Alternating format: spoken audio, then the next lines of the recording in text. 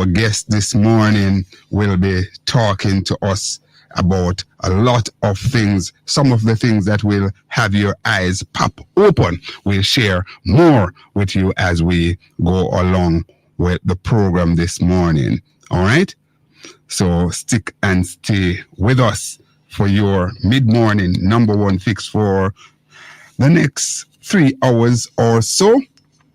And of course, our guest, her name is Shanice Lindsay. She is a historian and a powerful author. So we'll be talking to her that time. But until we get to those aspects of the program, I'm going to invite you to stay with me for another edition of my editorial piece, Conrad's Take. Let me say hi to all of the folks I have over there at Ignite Sports Bar and Restaurant who gather that they are there listening in droves. Once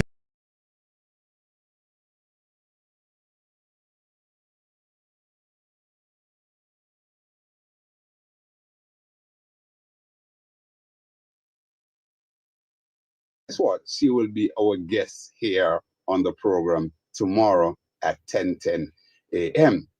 All right? So where are we going with Conrad's Take this morning? There are a number of things that are brewing, and I want to chime in and a few of them. The 19th general election had just been concluded. And of course, based on the seat count, the Jamaica Labour Party retained government of Jamaica. As it is now in the Parliament, it is 35, Madam Producer? 35-28. All right, so there are some issues there, especially one seat in now that we are aware of, that there are some consultation with PNP attorneys and so on, and they're looking at that. That is West Central St. Andrew. That's a seat that was contested by Prime Minister Holness and Paul Buchanan. So we are waiting to see what will happen. Will we get some response from the PNP between today and tomorrow? We await that. My information is that we could very well get something through the media on that between today and tomorrow. We await to see what will happen there, because of course, one will remember that some time ago, Mr. Holness believed that he had a situation there that the seat should have gone to him when Dr. Blake and himself ran. He took it to the court and so on, and he ended up being the victor there. Paul Buchanan believed that he and the PNP has a similar situation now, and they're arguing that they have an airtight case. Of course, we operate in with a judicial system here that they will be the final arbiter on this. So let's keep our powder dry and await what will come of that. Along the same vein, I want to say that it is clear to all and sundry that money has become a major factor in elections here in Jamaica. Money plays a pivotal role election globally, because when you have a situation in the United States, one of the bragging rights there is which party is able to raise the most funding. And certainly one would say right here in Jamaica, based on our observation, the moneyed class in the main support the Jamaica Labour Party. So they start with a leg up in terms of their donors. Of course, some of the private sector company, they tend to have some amount of parity where they will say they are giving both political party equal sum. I remember some time ago, place like company like JMMB, to name one, they actually gave the PNP equal amount. I think it was in the 2020 election. Don't know how they distributed their fund this time around. NCB also weighed in, and a number of the private sector companies, Sagicor, etc. They give money to both political party. I don't know the amount that they give, whether it was equal amount this time around or one got more than the other. However, in the main, based on what we hear publicly, those companies normally tend to deal with a certain level of equity in the eyes of the public and give companies give parties equal amounts. However, you know, we don't know the private donors, what they will be doing behind the scene. But as I said before, it is no secret that the moneyed class in the main tend to support the Jamaica Labour Party in this country. Therefore, I think the People's National Party need to take up that template and dust it off that one Barack Hussein Obama used when he was running as president for the United States, where they had this thing that they call dollar funding or grassroots funding, where they basically raise money from the regular folks. And I would humbly submit that, you know, the PNP get going with something like that very, very early. Of course, the Jamaica Labour Party may also need to do that. They will do their thing as well. But I think that the PNP need to do that so that they can have, you know, a lovely war chest to ensure that they can be extremely competitive. When you look at the television ad and even radio ad in the last election, it was clear that the Jamaica Labour Party had outspent the People's National Party and free-to-air media. There is also another thing that I want to weigh in on. I said it here before, but I'm going to repeat. I'm going to repeat.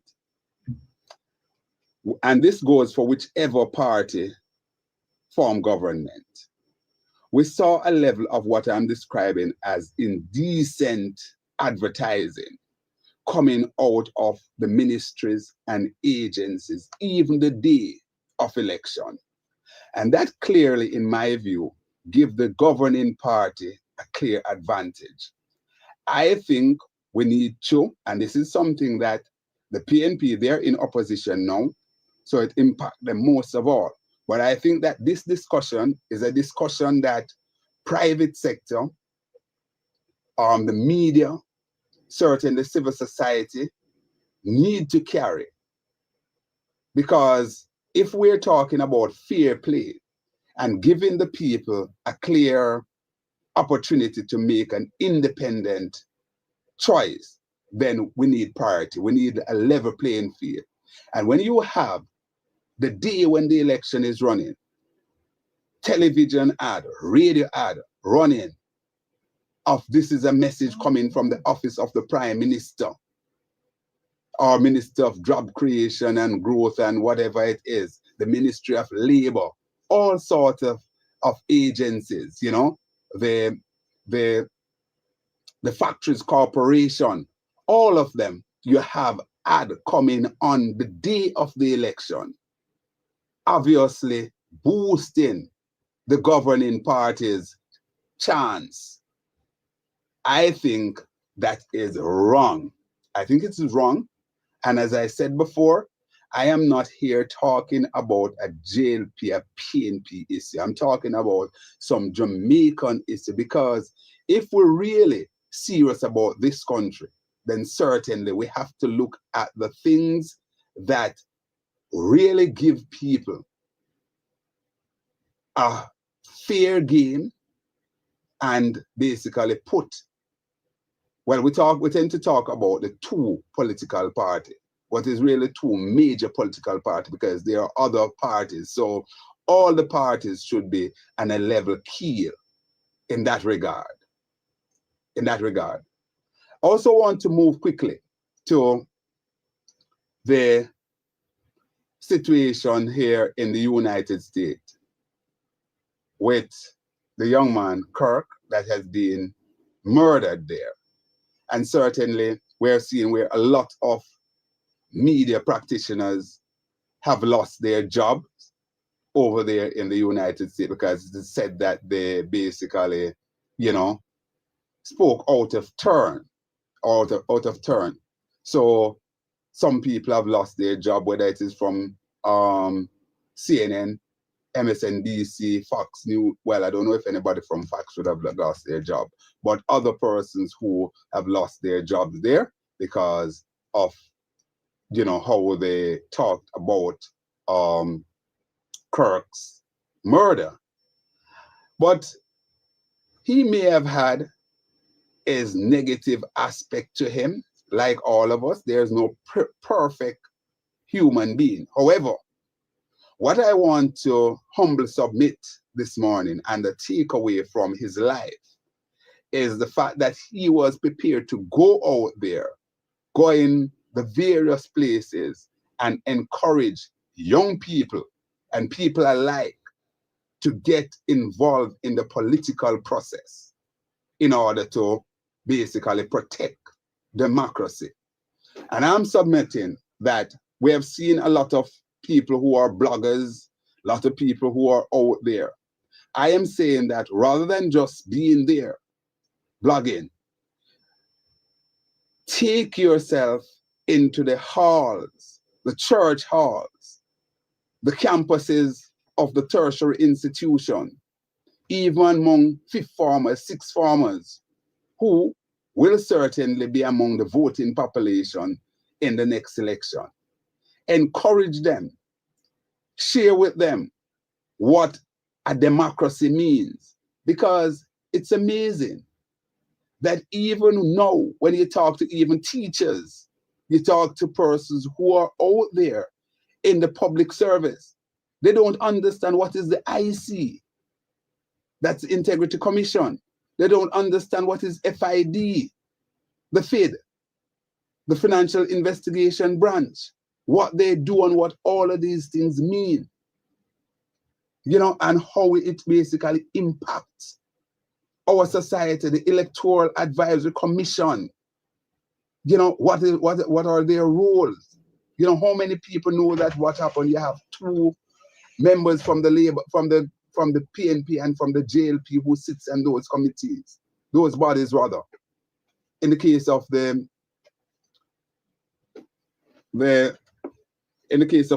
EAC, you know.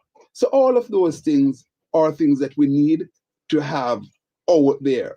We gather that civics are back in some school because it's not compulsory to be on the curricula for all schools. So all of those things we have to take into consideration, because it's about building out a solid democracy. It's about building out a solid democracy. I want to also opine quickly as to my view on the configuration of the Senate. Of course, the governing Jamaica Labour Party, they will have 13, and the PNP has 8. So, you know, we are hoping that due consideration is given, especially on the 8 from the opposition. And I've seen all sorts of, in my view, nonsensical proposal putting forward some names who I don't know if Mark Golden and the PNP could even consider some of those names that I'm seeing purloin all across the place. But I want to say quickly that experience matters. Steady hands matters. So I'm suggesting that the first person that should be picked among the senators, Senator Lambert Brown, who is still very agile, in my view, one of the best, if not the best, trade unionists that we have in Jamaica. A man who understands communication and all of that, he should be the first pick for the People's National Party. Mark Golden, Lambert Brown. We know Lambert Brown fingerprints all over various things for the PNP. I don't have to enumerate them. He should be the first. Of course, Donna Scott Motley, I expect her to be there and to be named the leader of opposition business there. I'm also expecting that one of the best environmental attorney and somebody who know the subject matter very well, that is Sophia Fraser-Binns. I expect her to be there. And the fourth person in there, I expect Professor Floyd Morris to retain his position. There are 2 clear vacancies there with Bunting and Crawford out of the Senate there. So let's see how the opposition leader will pounce on those suggestions that I just made. That's Conrad's take. Stick and stay with me.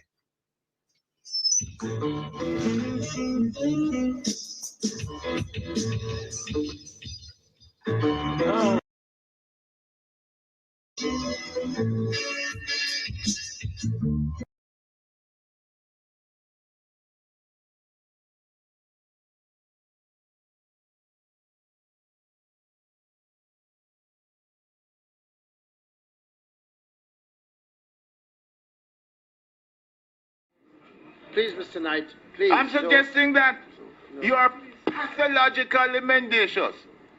Mr. Knight, that is an improper suggestion. Why? And an improper... After he just said what he just said? Yes. It's pathological. Mr. Knight, please continue your cross-examination if you so intend to. He was referring to what you said, a ruling you made. And he laughed at you. And laughed. You have a pathological condition when it comes to telling the truth. And I'm suggesting to you that you have misled, you have conspired, and you have deceived the Parliament, the people of this country, and the inquiry, this commission, the diaspora and every Jamaican, and that you, Prime Minister, should pack your bags and go. Mr. Chairman, All right, Mr. Small. But Mr. Chairman, you need to put your foot down. Put my foot down or what? Adjourn it? Well, Eternal and sovereign God, we come before you today.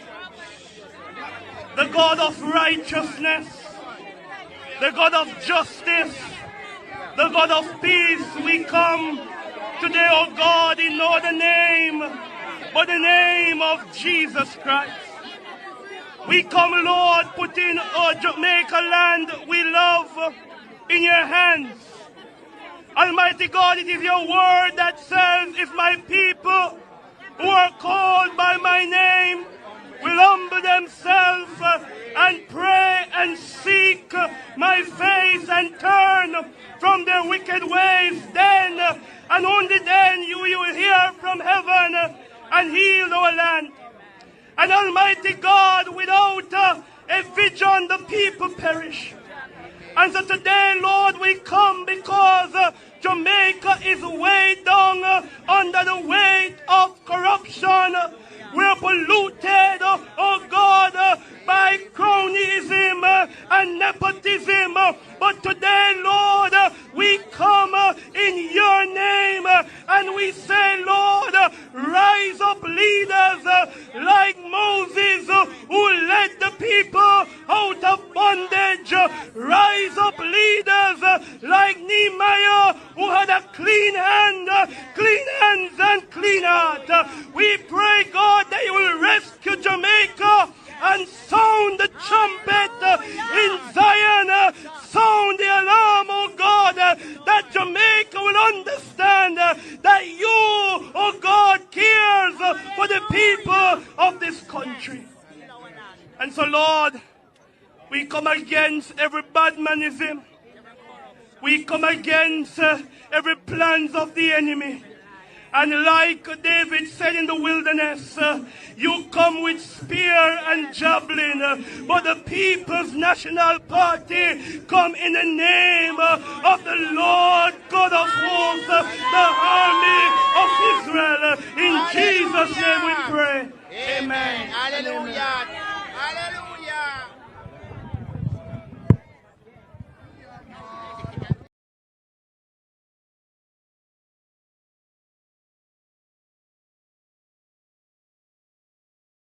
Brian,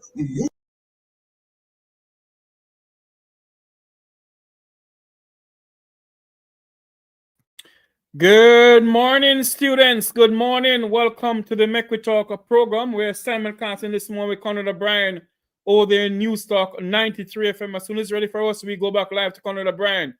Remember to join the Make We Talk program this evening for the Make We Talk Current Affair program at 7 p.m. Jamaica time, 8 p.m. US, 7 p.m. US time, 8 p.m. Jamaica time. We go right back to Conrad OBrian. Stand by. active by just tapping the screen and share and like there. Also, we're simulcasting with our partners, Fit FM and indeed Caribbean Vibe Radio and the Wayne Horn Network. We're also live up on the Make We Talk YouTube channel. That's the Jeffrey Tavares Make We Talk YouTube channel. I want to say good morning to the folks down there in Old Harbour, Campbell's Wheel Alignment. Peter Campbell and his team there, they did a good job for me over the weekend. Also want to say hi to my mechanic in chief, Dujon. Hi Dujon, how are you doing this morning? But before I go to the call, it would have been remiss of me not to hail our wonderful athletes, our standard bearers, our ambassadors over there in Tokyo, who are making us very, very proud this morning. Respect my name. Civil makes golden return to Tokyo. Thompson, Tina Clayton, mines gold. And of course, you know, one would say, Mr. Civil actually deliver in a big way. So, you know, he is really and truly great young man there. And what can I say about Coach Glenn Mills? Glenn Mills maybe close to what, 80 years old now? Well, Glenn Mills is quite a senior person. He keeps very, very well. And it's a man one would remember from back in the days when I was a little boy and hearing about the Sprint factory over there in Camperdown. Glenn was indeed the coach there. So I want to hail Glenn Mills in a big way this morning. All right. Of course, I agree with him. I think he's the #1 in the world. Not taking anything away from our friend Stephen Francis, but certainly Glenn Mills, really and truly, when it comes to, doing the business for the Mills printer, is indeed excellent there. Let's go to the phone lines and take our first call. Hello, welcome caller. Hello. Hi, morning. How are you doing, Africa? Indeed, we're happy to have you. Talk to me.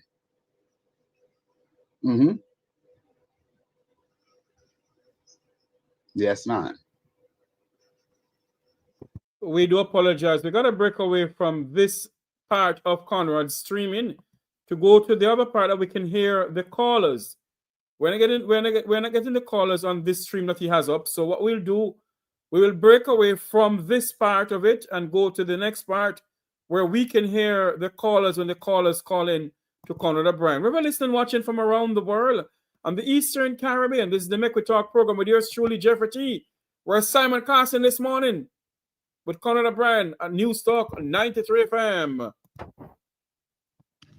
Well, I don't know how they will reward them. From time to time, we have had athletes who have basically participated, and the government of the day, whichever government of the day, tend to award them with some things. I'm not sure, where that is. And I'm not them used to give them run a house, and a long time in a year. Well, I don't know about the house, but I know that they used to get plots of lands and so on. But also, some people wonder if, these guys, especially those who are professional athletes, they would be earning good money and they can buy. No, I'm not talking about them earning, Conrad. Yeah, I know what you're saying. I'm responding to you, sir. I'm saying to you that there are a number of these guys who, remember, it's a job. It's their job. Jamaica? It is their job Them go run for Jamaica? Listen to me, please. Yes, they run for Jamaica. Obviously, it's that question is really rhetorical. Who pay them for that? All right, make your point. When them run for Jamaica, Conrad, who pay them for it? They earn money by appearing at these functions, at these meets and so on. But make your point. They make money. They get money there. And I'm not for one moment say that the Jamaican government should not recognize them. I'm just simply saying to you that, you know, these persons, they earn a living, and, you know, there are a lot of persons who are sometimes much more in need than they are. So while I'm not against them being recognized, but, you know, is giving them land the best thing to do? You know, so a lot of those sports people end up poor in life when they work.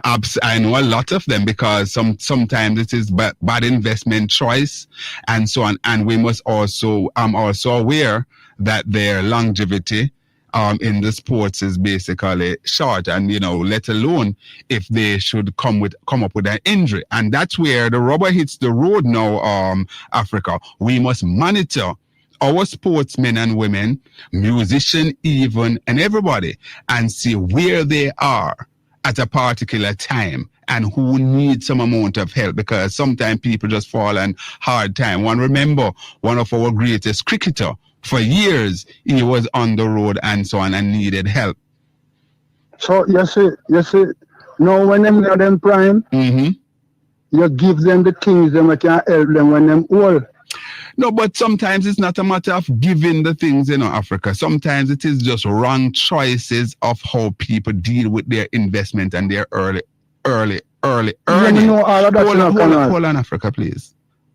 And deal with their early earnings. What we need to do is to basically encourage people, and people need to have persons around them who can, you know, teach them, or who can advise them in terms of investment.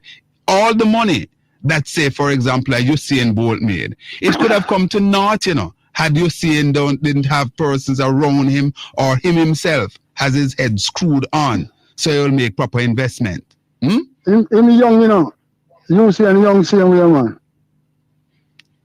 All right.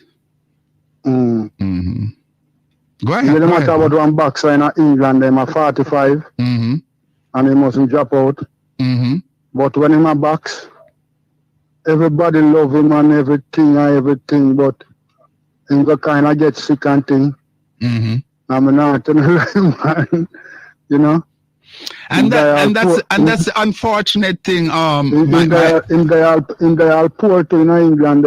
And that's the unfortunate thing. Africa. Allow me a second, please. That's the unfortunate thing, because even persons who have served in broadcasting and so on. One remember Bobby Free.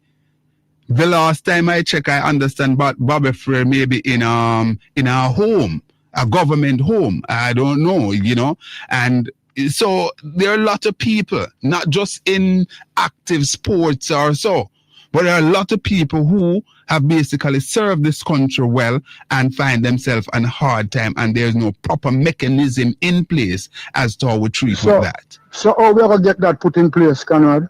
Well, here, by way of what you're talking about, and that's why we have programs like these, so people like yourself come forward with ideas, and the government flesh this thing through and see what they can do. That's why we have this. This is a melting pot of ideas, and that's why we value people like you, our callers, in such a big way. Conrad, one more thing. Want to Miss Knight, she couldn't do the senator work? Yes, man. Of course, she can, and she can. And as a matter of fact, she is one of the names that I hear bandied about, and I think that she's an excellent choice. In terms. You talk to her about it? No, remember now that it is eight position, just 8.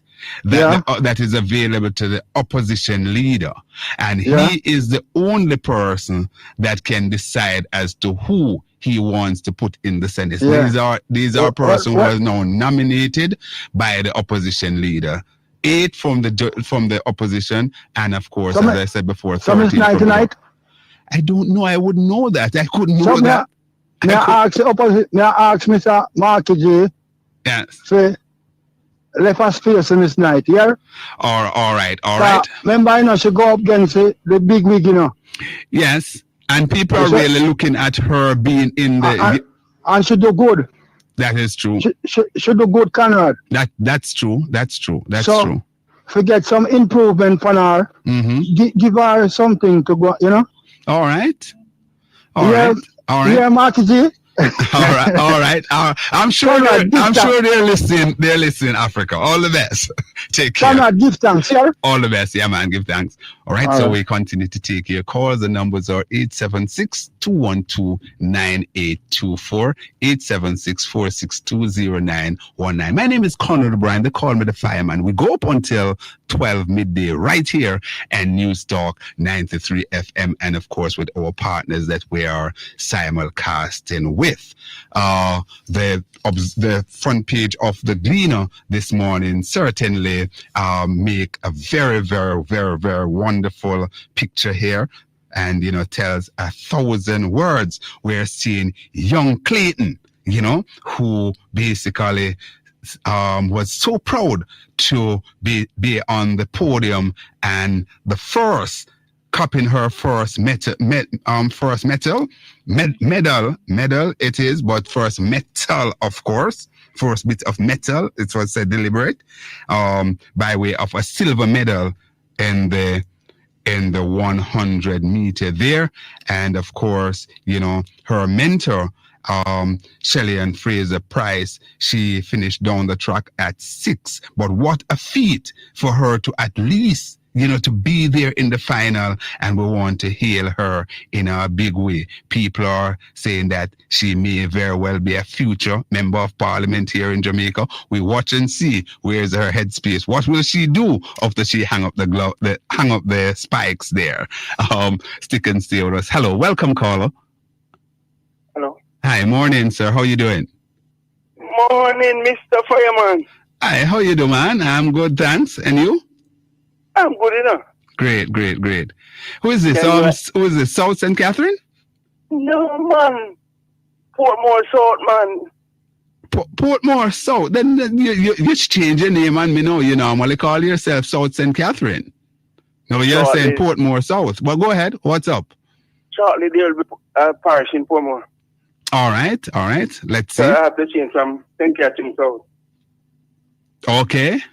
Yeah, nothing can stop that. And full speed ahead, as Mrs. Simpson said, full speed ahead. I'm not so sure about that, but we are waiting to see what will happen there. You're not so sure. No, but go ahead, make your point, my friend. So how you cope, man? How am I coping? Yeah, because I hear you talking to the same disciples, them saying the same thing. What do you mean? What do you mean? Yeah, as if you're talking as if there's an election around the corner. No, man. Listen. You're still on the campaign trail. Hold on. One of the things that we do, not just myself, but everybody behind the microphone and radio, we continue to analyze. Jamaica is a political... You're not clear. Hold on now, please. Turn up the voice a little. Oh, you're not hearing me? All right. Yeah, man. You're just getting nervous. What happened to you?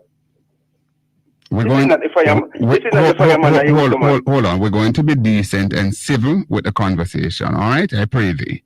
All right? So I'm saying to you that we will always be analyzing and looking at things. Jamaica is a political space, and political discussion will always continue. What have been, and let me say this off the bat, first thing that I did was to congratulate the Jamaica Labour Party on their victory. Oh, yeah. Hold on, sir. I'm a professional, consummate professional. So we do the things in order and with dignity, irrespective of what is said and what we saw there. That basically asks a lot of questions about the system. At the end of the day, hold on, sir. Hold on. Ask a lot of questions. Hold on, sir. What are you saying, Mr. Fireman, man? Hold on, sir. Don't run with them, those type of things. What question are you asking? Go ahead, speak. What question are you asking? There's no question to be asked, man. Don't say that. Election was fair and square. Okay. And you. I allow you. Yeah, and you and. Hold on, sir, cause your time running out. You give me time now. You always say I can't get all the time in the world. No, man. We have limited time here. We give callers 5 minutes or so. I'm saying to you that you have a different agenda. You are an out and out political act. Hold on. The fact of the matter is that whether one wants to paint me in a corner as to which political party I support, yes or no, I have a duty of care to be a professional here. And I'm saying to you that not me saying it, but the observers, persons out there, commentators, and everybody who look on and honest, we cannot be 100%, we cannot be happy with some of the things that we saw happen out there in the election, and even things that are still now being questioned. Let me say something. Things now that are still in question. Go ahead, sir. You have a minute. Drop for me. I need more than a minute. I need two things to say to you. So what you are saying to me now, that means your election workers, them, solo the election? That you are saying to me? Because if you go into a PD, you have PNP, or you have JLP. So, there's a thing that is called collusion, sir. And if it is at all find out that take place, whatever it is, well, the chips must fall where they may. And I'm not naive to say that there could not be. All right, One other thing, because a minute almost up. One other thing. Yes. You see, when I was telling you about Al, Al is saying this.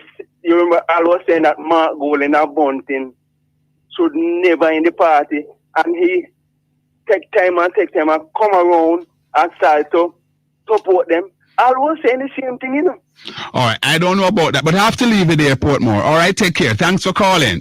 All right, no problem. All the best, man. Good to hear you. Good to hear from you. All right. Okay.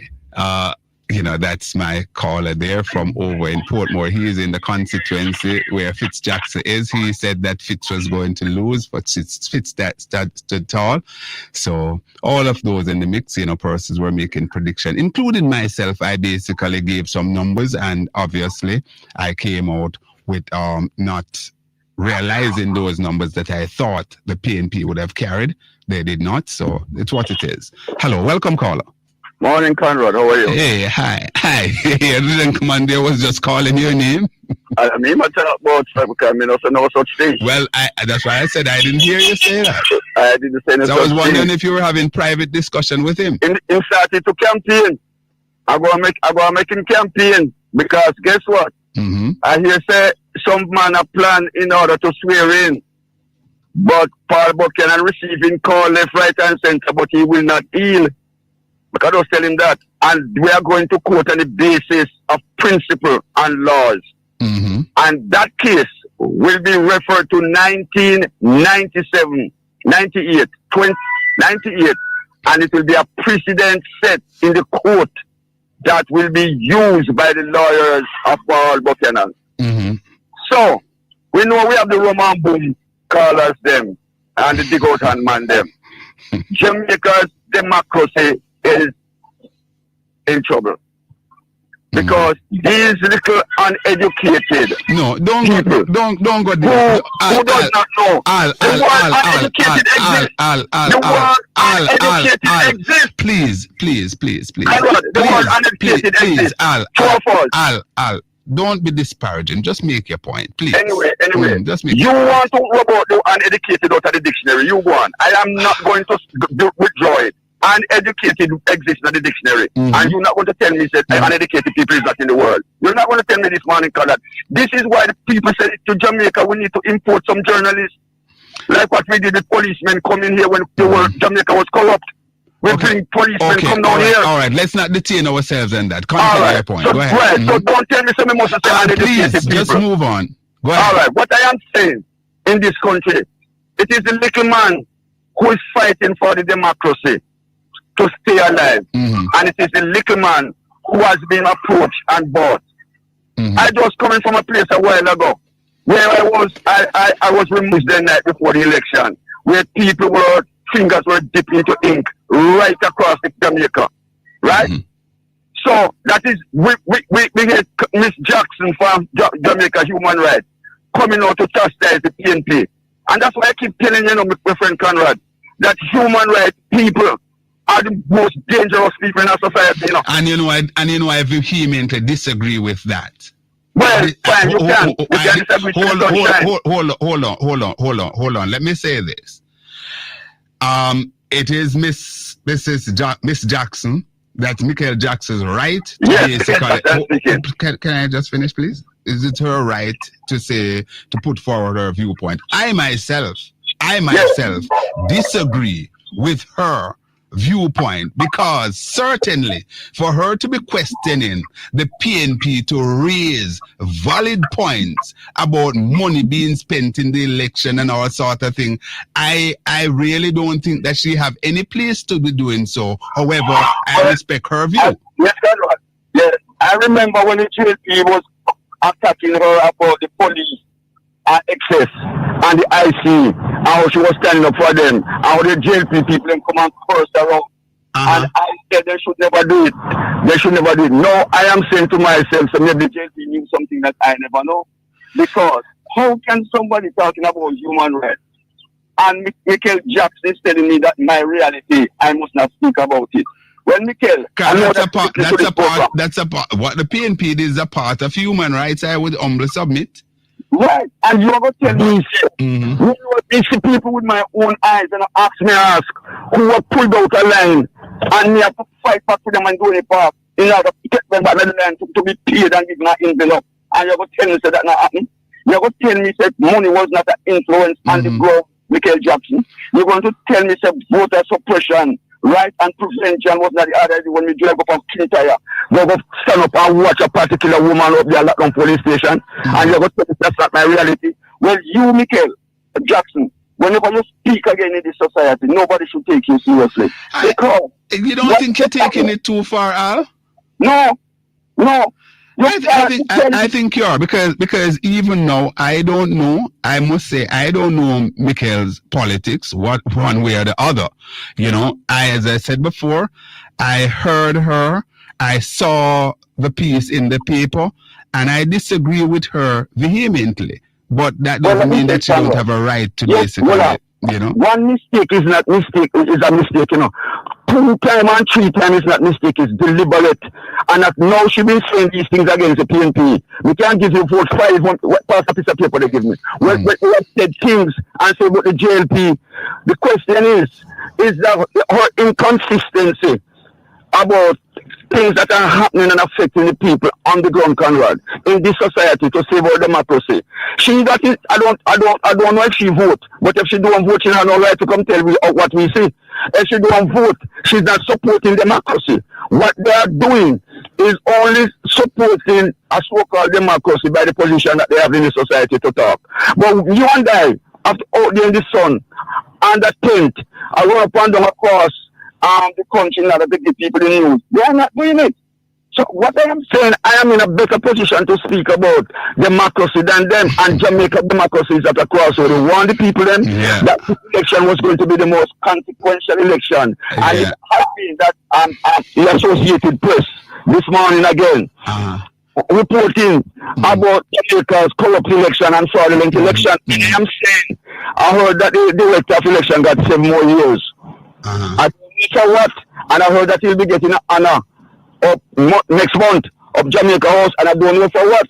Well, the people of Jamaica told me what it is for. In a time when election is running, you're honoring a person. This must have. All right. Let's leave it right there. All the best. Take care. Blessings. All right. That's Al there, basically giving his viewpoint. Can we take any more before the break, Madam Producer? We're up on the break. All right. up on the break. Let's go there. Suka.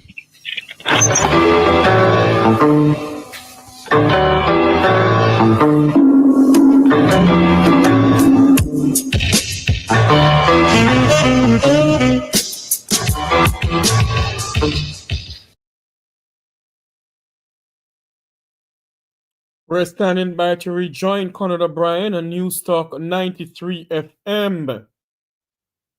Remember to join the Make We Talk program this evening for the Make We Talk Current Affair program with yours truly, Jeffrey T. We'll be talking about the rural school bus system. We'll also be talking about the election. We're going to have a member, a newly elected MP, will be talking to us this evening also.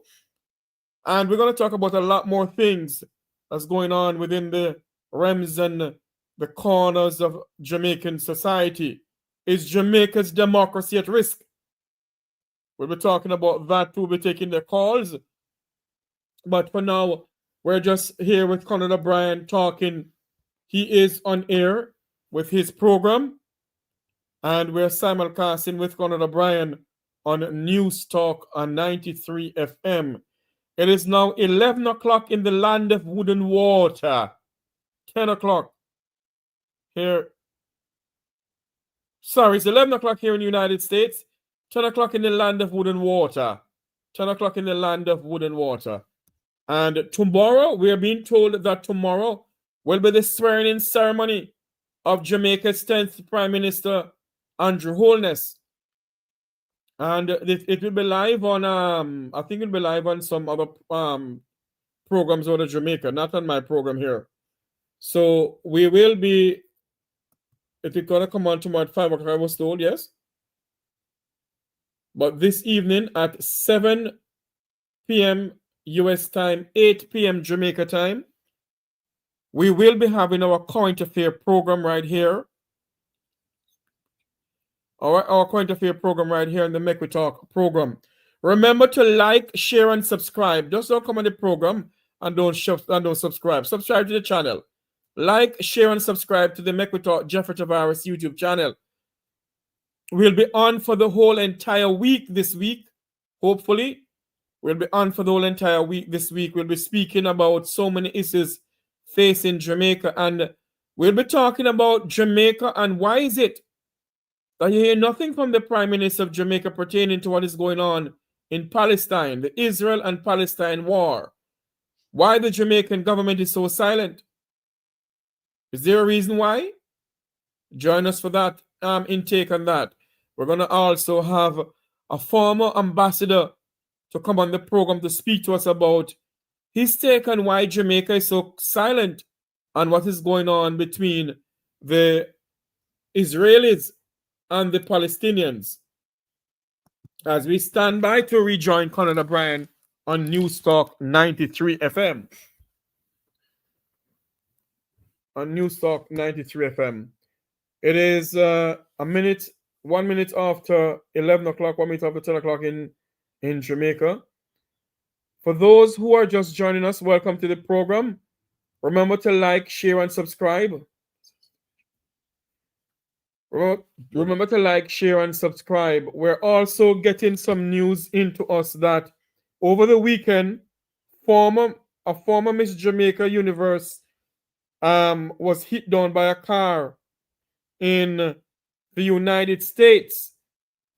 Well, we're being told that she is recovering. We're being told that she's recovering. So we pray and hope that she does recover well. We're also hoping and praying that apparently there is a demonstration going on now. Public passenger operators who have to travel the main road in St. James withdraw their service early this morning. Public transport sector in St. James, taxi and bus operators have withdrawn their service. Public passenger vehicles have withdrawn their service in St. James. And the Miss Jamaica Universe who was hit down by a car in New York City, is in hospital recuperating. The United Kingdom, they had a whole mass demonstration over the weekend in the United Kingdom, and believe you me, demonstration all over the place. You're asking yourself the question, will the Jamaican people get up and stand up for what is going on in Jamaica? Was this election a fair election? Will you hear anything from the Jamaican people? They can't depend on politicians alone or Mark Golding alone. The Jamaican people must get up themselves. If they believe that the election was not fair, they need to stand up themselves. Get up and speak out. Don't depend on a Mark Golding to go out there and lead a mass protest. When Paul Bogle and Nanny of the Maroon was fighting for us that we could exercise the right to vote, they didn't wait on any governor back in the days to go out. They marched from Stony Gut in Morant Bay. The march for the right for us to vote in this country. And what are we doing? All our mouth is full of bare chat. We does nothing about what's going on in this country. Yet you can hear people talking about it wasn't fair. It is the sole duty of you, the Jamaican people, to do something about it.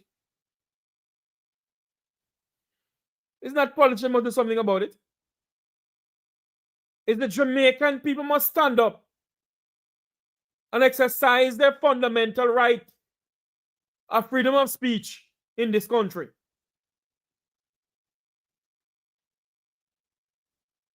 And Jamaicans have a tendency of selling their rights. They sold their vote. They sold their vote. Because they believe that when they sell it, they look at $5,000 and look at $10,000 and $200,000 that they get will last them for a lifetime.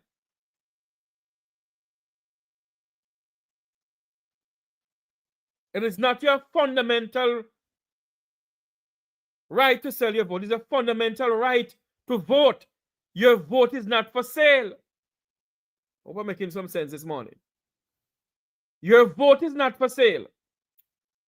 It is now 6 after 11 o'clock, 6 after 10 o'clock in Jamaica. We're standing by to rejoin Conrad OBrian and News Talk 93 FM with Straight Up. You hear everybody talking that the election wasn't fair. And if you know it wasn't fair, why don't you stand up and speak out about it? Don't depend on politicians to formulate or to form a protest for you to go out there. You can get up, and I have nothing against Adidja Palmer, Vibe Cartel. The Jamaican people stand up and say, free world boss.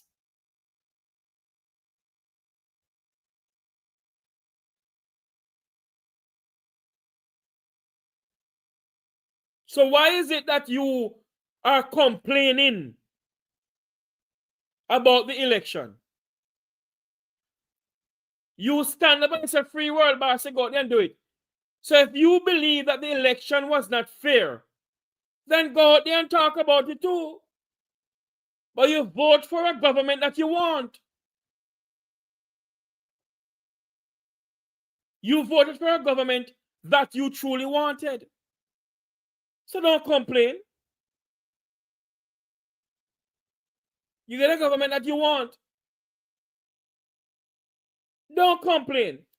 Don't go out there and complain as if you will get a better government. You wanted this government, so you stick with this government that you get.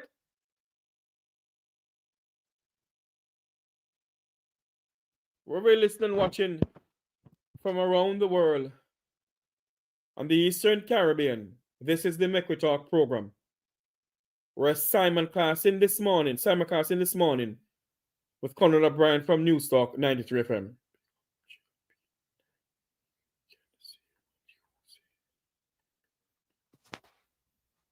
You see? I am not the one complaining. So this idiot here when named Sandy Smith, don't think I'm complaining. The Jamaican people wanted a PNP, so they wanted a JLP. So they get a JLP government. Don't complain. Don't come over here and complain. Don't go out there and complain. You all have voted for the government you want. So don't complain. Don't complain. Let's go back to Conrad OBrian on News Talk 93 FM. Right here in News Talk 93 FM. What excitement taking place all over the United States as it relates to the murder of this young man, Charlie Kirk, who spent a lot of time out there trying to, spread his view as to, having people participate in the democracy. As I said before, you may not have agreed with a lot of things that he was saying, but certainly we have to develop what is called tolerance and let different views contend. So on to his wife, it is basically argued as to what his young widow role she will play now. Of course, he died leaving 2 young children as well. I think one is 3 and the youngest is 1 year old. So we wish them well and we hope for the best, as we do for so many of our people here in Jamaica who have lost loved one and leave young children. All right, so welcome back to your program, Straight Up, right here and News Talk 93 FM, as we say hi and welcome to all our partners who are joining us this morning, as well as we simulcast with them. This hour is brought to you through the courtesy of Wellington Dental over there in Spanish Town, Wellington Street, to be exact. Okay, so welcome to our feature, Spotlight. Welcome to our feature, Spotlight, where we dig deeper into the stories that shape our world and challenge the ones we have been told. Today, we are honored to be joined by a powerful voice in historical research and cultural restoration, Shanice Lindsay, Sister Shanice as she is called. Shanice is the author of the groundbreaking new book, Hidden in the Shadow of Ancient Britain, and Erase Africa History Restored. Through meticulous research and passionate commitment to truth, Shanice unearthed the long silence presence of African people in ancient Britain, often offering a bold and necessary reframe to the narratives we have inherited. In a time when history is being re-examined across the globe, Shanice's work doesn't just add a new chapter. It restores entire volumes of the story of Britain's past. Shanice, welcome to the show. It's our pleasure having you on today. How are you doing? Thank you so much. It's an honor and a privilege. I am doing well. Thank you, my brother. And yourself? I am very well, thanks. And let me just say that, when your friend and my friend as well, my brother, Ross, asked me to have you on the program, immediately I said it was a no-brainer, because based on, what I saw of the book, I think that it's something that our people need to have, explored. And this morning, we want to unpack as much as we can on this, your most recent work, researching and actually giving us some background as to the historical viewpoint as it relates to African people or Black people in Africa. Now, let me start at the beginning, Shanice. Is this your first book, or what? First, second, or third book? What is it? It's actually my sixth book. Your sixth. So there are a number of other books that I have written. So my first book was called My Coconut Trees, which was mainly targeted at young people. And the aim of that book really was to make our people aware of the 100 or so different products that could be made just from coconut. So that was my very first book. But my second book actually came about after I did what we called the African-Centered Phenomenology Research course that I studied under Dr. Clyde Winters. Dr. Clyde Winters, he's written over 50 books. He's an American researcher, historian, linguist. And I did his program because he is particularly interested in building a new strand of African-centered researchers. And those researchers, he wants us producing scholarly works, writing books, researching our history from our perspective, and to try and unearth, using archaeological and anthropological and linguistic. Hold on there. I don't know why I'm getting this terrible feedback coming through. And Producer, can we move back this a bit? Hello? Oh. Yes, hello. Is it still there? Yes, I'm still here. Just that I'm getting this mighty feedback coming through. All right. Are you beside any gadgets there that you can move away from? Right. Yes, I was. I was on Zoom in the background, so I've just removed that. Oh. Are you hearing me clearer now? Yes, go ahead. Wonderful. Yeah, so I did his course, and it was while I was on his course that I actually learned about a Black king of England who reigned during the Anglo-Saxon era. And I thought to myself, why is it that I was actually born in the UK, went to school, college and university in the UK, and didn't know that there was a Black Anglo-Saxon king of England that reigned from 757 through to 796 AD. And I thought, I've got to focus my research into this. And so that's where my research started, in terms of focusing on Black British history from an African-centered perspective.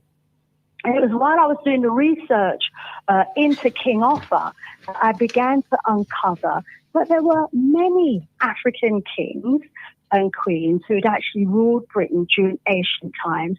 And then I went on to find that we actually had a huge amount of ancient history in Britain that had remained basically uncovered, unspoken of, and hidden from us in the national curriculum. So the first thing I did immediately after the course was to write the book with my findings about King Offa. So that was my second book, A Black King of Anglo-Saxon England, Mercia, King Offa, and that's available on Amazon. And so I did a piece of research just to check as well, to make sure that I was the only one, was it only me that just didn't hear of the fact that there were African kings and queens that were ruling Britain during ancient times. And with the research that I'd done, I uncovered that, it certainly wasn't just me very, very few people knew that as Africans we had an ancient history in Britain. And so I also went on to write a paper about it. So that was, yes. So, I want to get in as much as I know that, because in terms of time, I have a little bit of time with you, but I want to get in as much as we can. So, based on what you have said so far, how would you know, apart from just us referring glibly to England as the motherland, how would you dovetail all of this into it by way of your research of those ancient king and queens that were African black people? Right. So I'm of Jamaican parentage, and my parents came from Jamaica. Very proud Jamaicans who came over during the Windrush era. They were completely unaware of this history.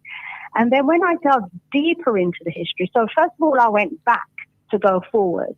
And I went back to find that we had actually been in England as Africans, as black people, for at least 44,000 years. And my book captures the migration of us from Africa to England.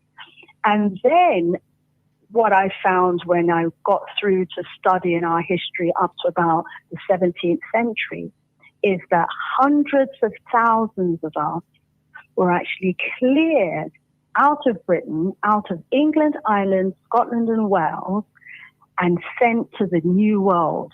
The New World being the plantation that they had in Jamaica and America, and also to some extent Montserrat. So there was a major uprising in Britain, a major wars. It was mainly a religious war between the Catholic and the Protestants and the Parliamentarians. And I found that those Africans, the millions of Africans who were living in Britain at the time, got very caught up in those wars. And a lot of people, about 50% of the population, was genocided out, and almost all of the remaining people of that time were sent to the New World. So when our forefathers, who were transported to Jamaica, arrived in Jamaica, when they were talking about Britain as the motherland, it wasn't with colonial endearment. It was to try and to let us know, as their descendants, that Britain was our motherland. Wow. Now, this is so cutting edge. These findings are so cutting edge and has been so well hidden for centuries now. It was intended, I believe, for it to be wiped from our remembrance, because the implications of this is that, it's just so far-reaching. Remember, we now know, because of the great works of people like Sheikh Anta Diop, that Egypt was originally a black and African civilization. And when he uncovered this and was preaching this to the world, he got a huge amount of backlash from the European world, because they were writing the history, and the history that they had given us was that Egypt was in the Middle East, and the people of that region were Euro-Arab. They were not Africans, and it wasn't Africans who had established the civilizations there. So Sheikh Anta Diop was at the cutting edge of bringing to our remembrance and realization that we were the original people of Egypt as Africans, and the ones who'd actually built the civilizations there. And then later on, we had people like Ivan van Sertima, through his great works, who was proving that, in the Americas, the Africans were there before Columbus, that the Olmec people were an ancient American civilization there. That was groundbreaking works that was being refuted and rejected at the time. And then we had people like George James, who wrote that great book, Stolen Legacy, and he pointed out that, Greek philosophy began with African philosophy, and that Greek philosophy was just basically, our stolen history. And so, when we look back over the decades, we can see that our people who've been at the forefront of doing original research have been able to uncover, a lot of this hidden information. And so it was when I started digging into British history that I found the story of the Windrush and our presence in Britain didn't start with what they call the Windrush. That's the Jamaicans coming over to Britain in the late 1950s, early 60s. In fact, our history in Britain began at least 44,000 years ago, probably longer, that we established and have a Stone Age history in Britain. And the reason why I'm just so happy to be bringing this information here to the ears of Jamaicans, in the hope that many of us as Jamaicans will start doing the research. I am absolutely sure, Sister Shanice, that, the historian here at the University of the West Indies will be very, very interested in this discussion that we're having here. So by way of your research, all of these things you have documentation that would have shown to back up this history that you're bringing to us? Absolutely. All the sources are in my book, in the bibliography section in the back of my book. And also a lot of this information now that I'm tuned into the kind of scientific world and I'm picking up their scientific articles, it's coming out now as well. So even what we would term as the mainstream is starting to admit now that the original and the earliest people of Britain were actually African. The earliest, hold on there, Sister Shanice. You're saying that some of the earliest settlers in Britain were actually Africans? Absolutely. When we arrived in Britain 44,000 years ago, we were the first people of Britain. We are the original, we are the founding people of Britain. We were the ones who brought civilization to the region from Africa as well. Now, all of this is in my book. We have been there. We actually created a Stone Age civilization in Britain. Good. Now, when we learnt about the Stone Age at school in Britain, it was pretty much, white people just coming out the cave, being uncivilized. That's how they portrayed the Stone Age era of Britain. But what I have uncovered from my research is that our Stone Age as Africans was an era when we were building in stone. We were moving megalithic, monolithic, huge boulders of stone over rivers and valleys to erect stone calendars, to erect ceremonial sites, to build huge tombs for our kings and monarchs. And that this kind of movement of stone and building with stone could only have been done by people who had great knowledge of science, engineering, mathematics, astronomy, because even in Britain, just like in Egypt, we have tombs that light up, that are in alignment with the solar system, and that light up, the inner tombs light up during the summer and winter solstices. Indeed, Sister Shanice, this is very rich discussion that we're having here. We can go on and on. Our segment normally would end at 10:30. However, I have a few more questions that I want to put to you, so I'm going to take you for a few minutes on the other side. But let's just look at this. How do you hope your book will impact the way history is taught in the school and understood by the wider public? Well, my hope is that the book will actually lead to many more of us doing our own research and uncovering the truth, because I believe true history can be empowering. We were taught a history that basically denigrated us as Africans to just being slaves and nothing more than that. When the reality is that we have a very rich history, and the history that's been taught as well elevates, the Europeans. And so, by them being elevated through that false history and us being denigrated by that narrow interpretation of our history, it sets us up to feel as though, we haven't accomplished anything in the past. Think about this one as we go to the break, Sister Shanice. You can weigh in on it when we come back. So do you see a shift happening in how we approach historical inclusivity? Hold that for me. Let's go to the 10:30 break. We will come back to you for a few minutes. Thank you.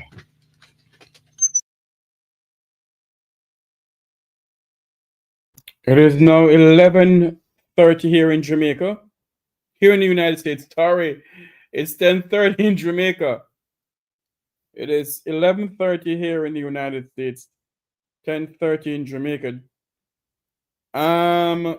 Just to remind you that this evening at 7 o'clock US time, 8 o'clock Jamaica time, we'll be having the Current Affair program.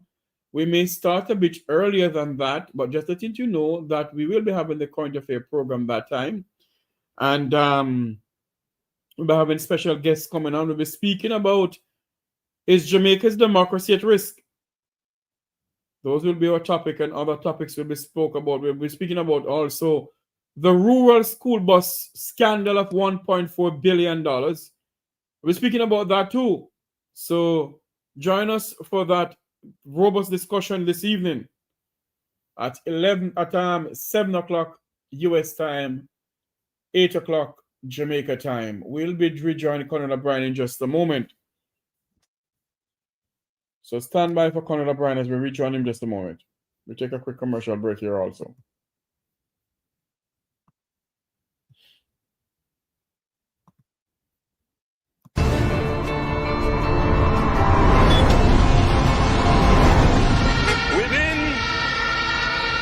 Our first 100 days of government, we will start the legislative process to fix the date for general elections in Jamaica.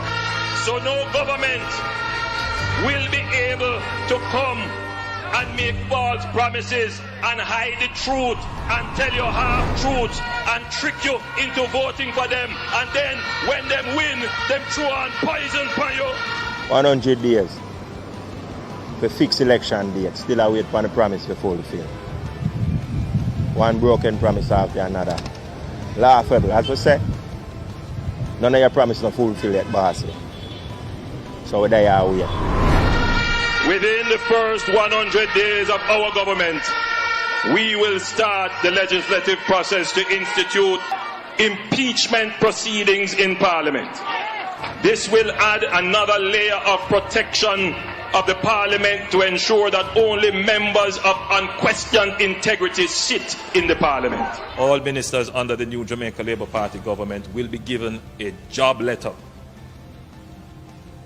That job letter has a timeline of 2 years and 6 months with key performance targets which are agreed upon by the cabinet, focused on two things: economic growth and job creation.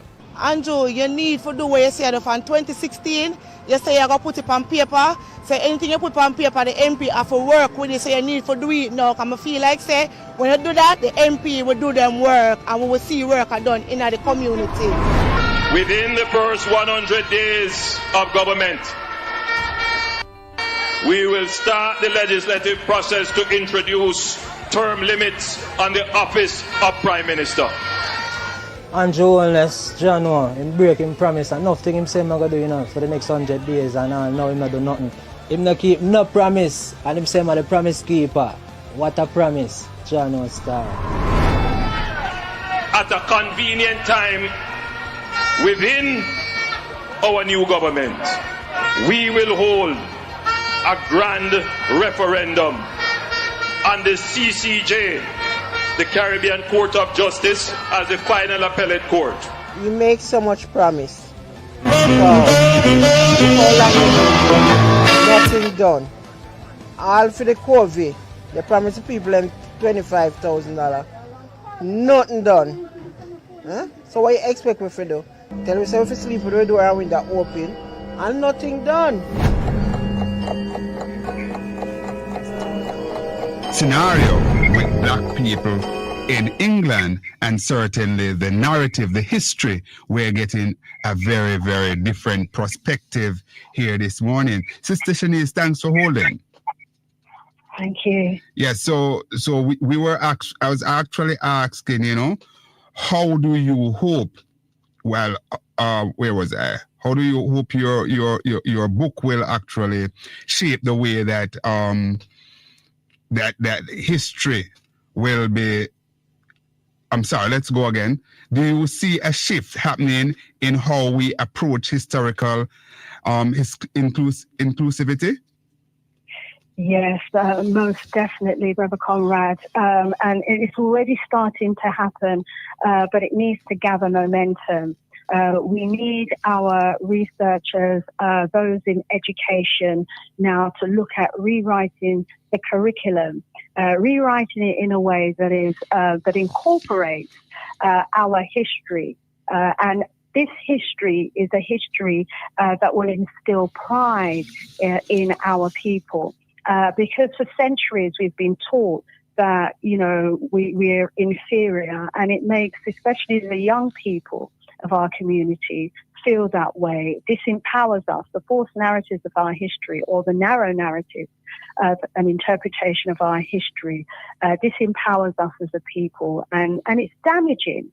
It's especially in Britain, we see the damage that the narrow education system does to our children and our people. And so if the true history is written that actually resurrects our past history of Britain, I feel that it would bring not only a correction to the interpretation of history, but that it will also elevate the image and the status of us as Africans. And this history is particularly important for us as Jamaicans, African Jamaicans, because we are the ones who were transported from Britain. And when that happened, remember, we left behind our land, our heritage, and our history that we had established in Britain, and was transported to the so-called colonies. Now, I'm not saying that some of us didn't come directly from Africa, because there is obviously evidence that some of us were also transported from Africa.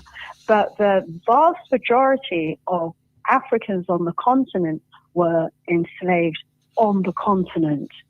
That transport, the fast transportation actually happened from Britain when they emptied Britain of the black people.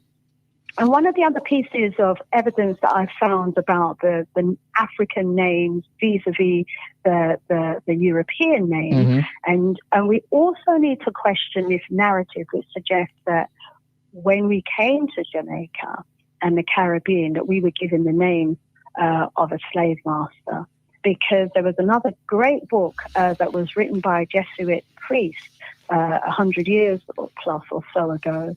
And in that book, he actually did the research, and he found that the names that some of us had in Jamaica, there were no so-called plantation owners with those names.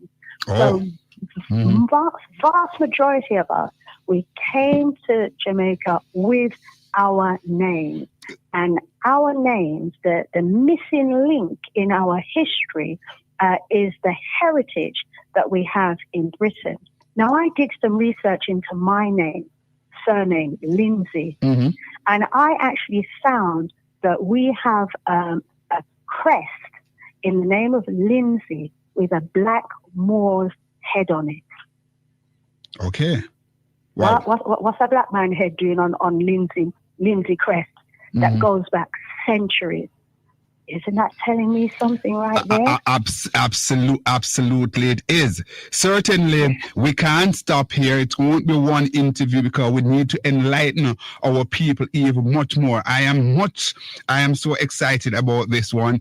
And, you know, I really said to you earlier when we started that once our brother asked me to, you know, have you on the program, certainly I saw it as a no-brainer because the history is just so rich that you're imparting here with us. So as we close, for our listeners who want to learn more or get involved in this kind of historical recovery work, where do you recommend they start? Are there books, communities, or archives that were especially valuable to you?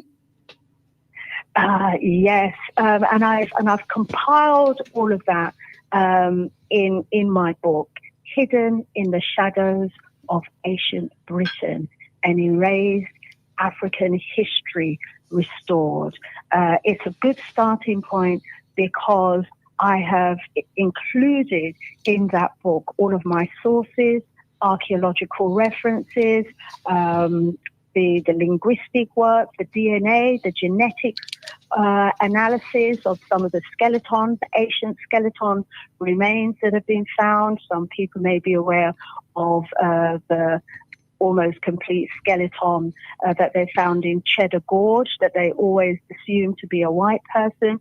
But when the geneticists did the DNA scraping and testing of those bones, they found that it was actually a black person, a highly melanated black person. And that was 10,000 years old, those bones, at least. Wow. Yes. Wow. You hear it. And, you know, it's very interesting that this discussion is happening at a radio station that is based right here at the University of the West Indies. I'm sure that, you know, the archives of UWI here will be richer for this interview this morning, Sister Shanice. Now, I know you have my autograph hard copy, but for persons who are listening, how can they get copy of this book? They can get a copy by going to Amazon.com and they just do the search either by my name, Shanice Lindsay, and if they can't remember my name, then the book title, Hidden in the Shadows of Ancient Britain: An Erased African History Restored. I can also be contacted via email, or I am on YouTube and TikTok, Sister Shanice. Sister is spelled with the A, S-I-S-T-A. So if you just search for Sister Shanice, I should come up on YouTube and on TikTok. I do live shows every Wednesday. Next month, October, is Black History Month. I'll be doing readings from the book, and we'll be having discussions and quizzes around the individual chapters in the book during October, during Black History Month in Britain. And people can join via Zoom. Indeed. And let me just say to our listeners that I've been invited to be in your program this Wednesday about 2 o'clock Jamaica time, 8 p.m. in the UK. Right. So I will be indeed delighted to grace your platform, Sister Shanice. Any parting shot that you want to give to our people here in Jamaica, as we remind persons that the book is called Hidden in the Shadows of Ancient Britain. And indeed, it's a must read. It's a go-to source for authentic historical information. Thank you. And we look forward to hosting you on the show on Wednesday. You know, we have a huge amount of endearment in the UK towards our brothers and sisters in Jamaica. And, you know, but it's so important. Hello? Wow. Lost Sister Shanice there? Seems we have lost her. All right. So, however, we had basically she's there? Sister Shanice? Not hearing her at all. All right. Yes, Sister Shanice? Yes, go ahead. All right. Yes. So I was just saying we're definitely looking forward to hosting you on Wednesday, live on YouTube.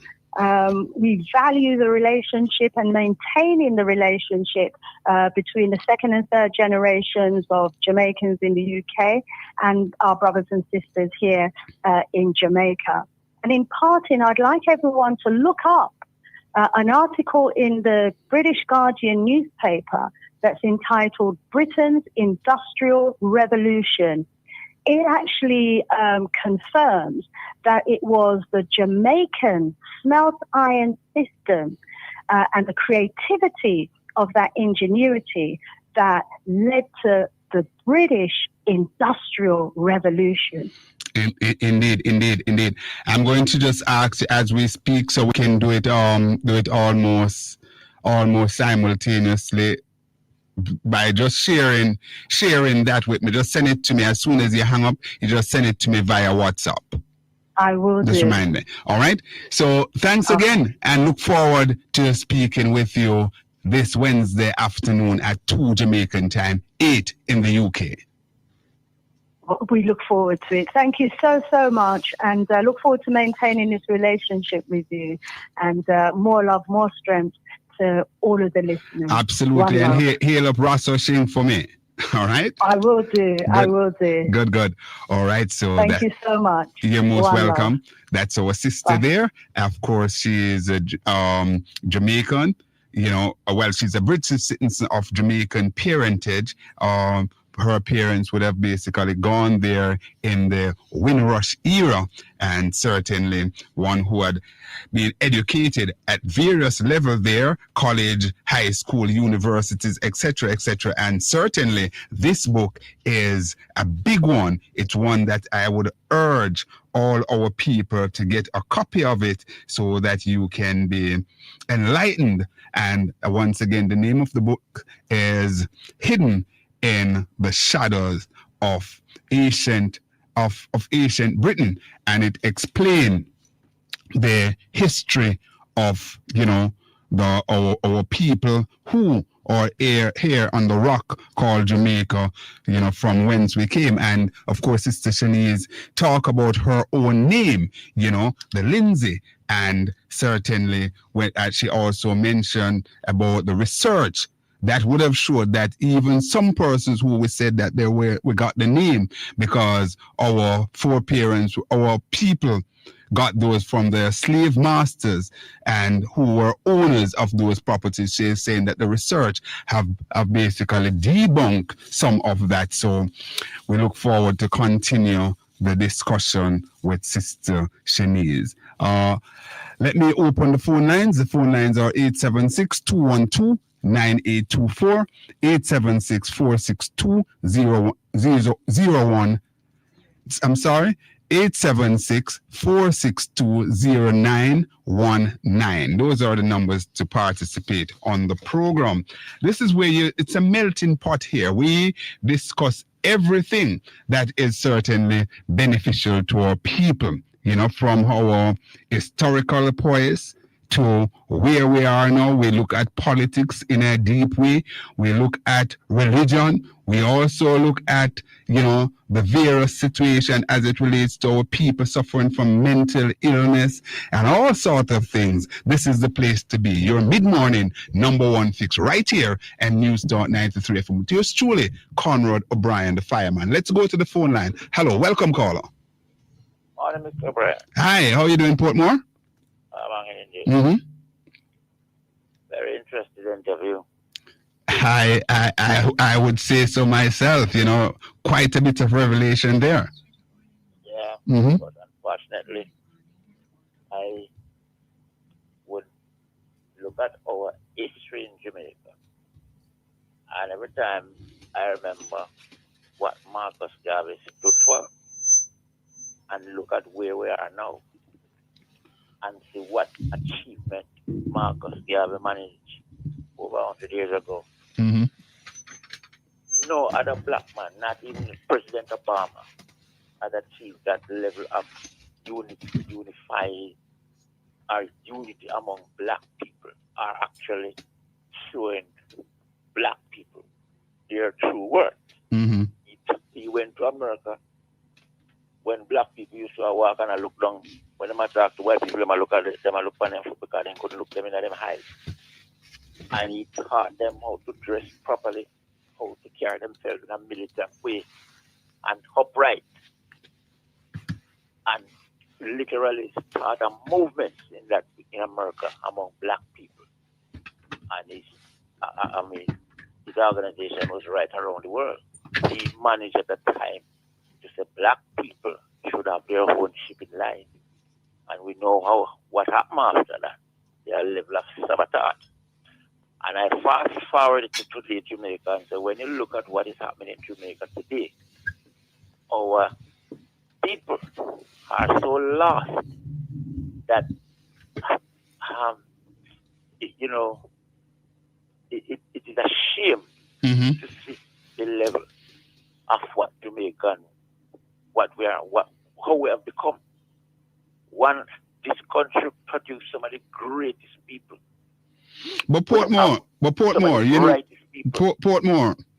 and this is something that we have to be very, very brave and hello?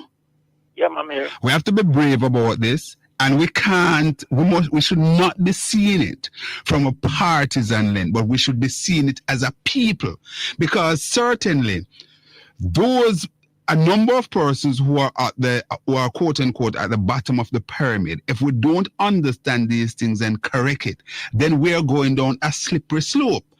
Take, for example, this absolute right that our foreparents fought for. What is it becoming now? Where somebody can come and give you a $5 or $10 or $20 or $50,000 and you sell out one of the greatest rights. That right to have the privilege of voting so you can determine your future from a democratic point of view.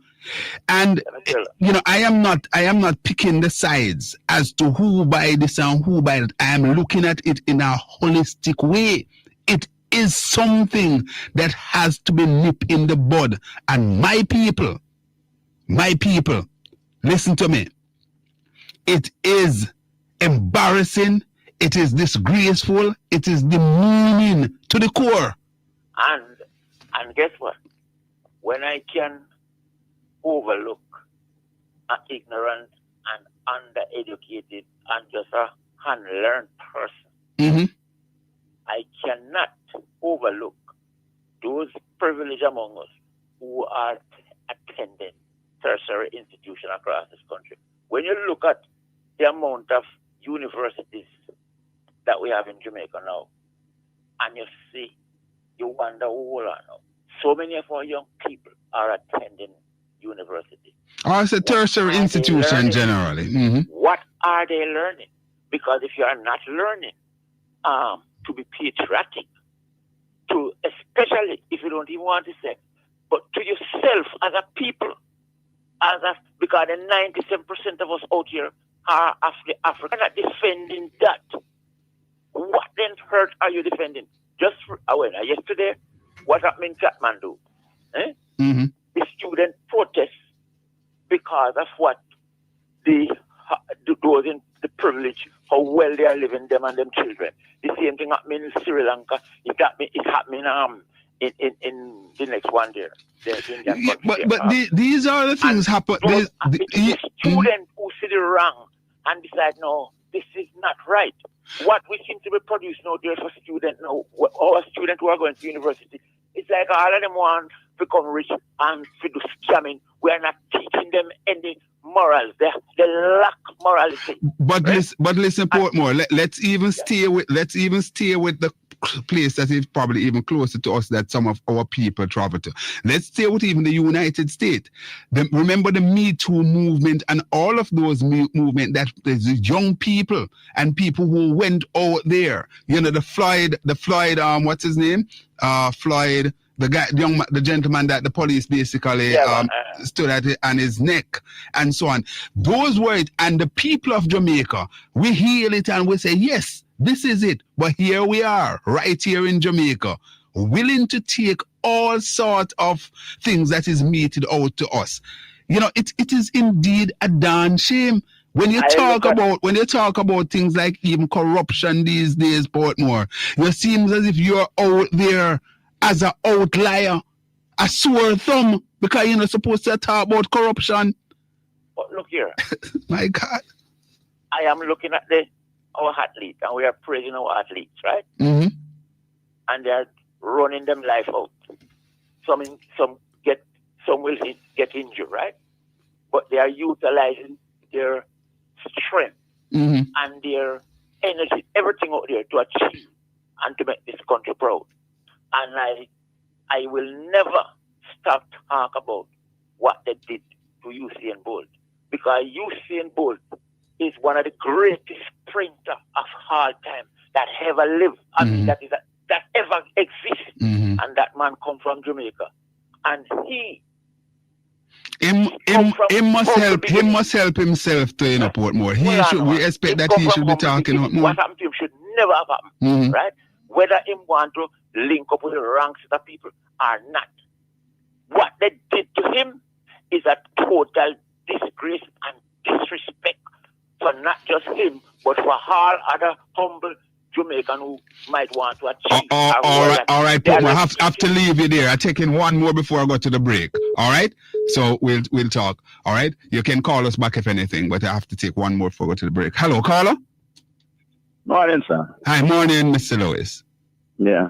I agree with the lady that spoke just a while ago. Shanice, Sister Shanice, yes? Yeah. I always say we need to link more with Africa, and we need to change up what we are teaching the students, because our history is not right. You know, as you say, we shouldn't be starting with slavery and then so much negative things about black people. You know, I think more positive things should be in the history book, starting from when we were in Egypt. You know, the great mathematicians, the first set of people who actually practiced surgery. Civilization. More about black people. You know, too much negative things, man. In America, they study history. History, when you go to university, you have to study American history. Indeed. Out here is not compulsory. I think that should be compulsory. But the history that they are teaching us is the history that the Europeans want us to teach. So we need to take control of our education system.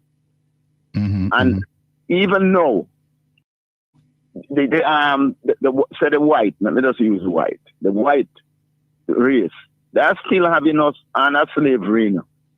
The monetary system, the education system, etc. Some guys just sit back easy, and we work and support them because we are being taught a lot of theories where they just want us to more or less grasp that they can control us.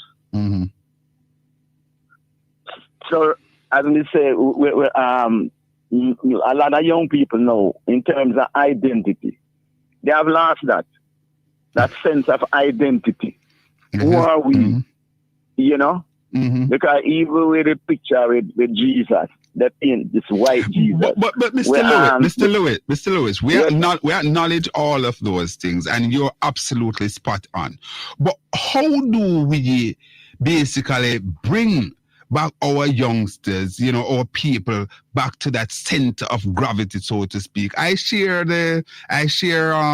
here from time to time about myself and a friend of mine, Everton Scott. He was a sprinter at Manchester High. And Everton and I, we were walking through Derek Pierce's house. Derek was a lecturer here at the University of West Indies. And he and his brother, Winston, we were like about 11 or 12 years old at the time.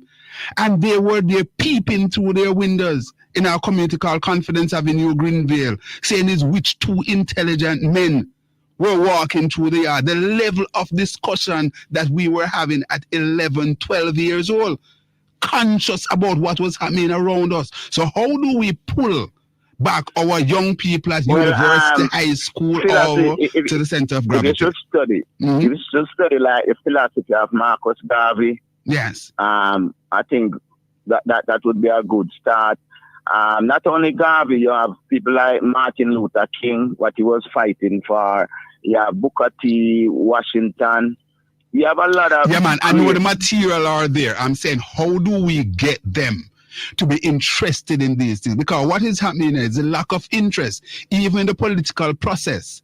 It's a lack of interest. So how do we rise that, awoken that spirit in them to get them back? You have to start in the schools, and probably young people who are interested could form clubs in the school and call it like the Marcus Garvey Philosophy Club or whatever. And more of the singers could sing more conscious lyrics, dealing because Burning Spear and those guys, Bob Marley, they used to sing. Okay, Mr. Lewis, have to leave it there. You can call back later if anything. All right? Let's go to the 11 o'clock break. So come. The preceding hour was brought to you by Wellington Dental 57.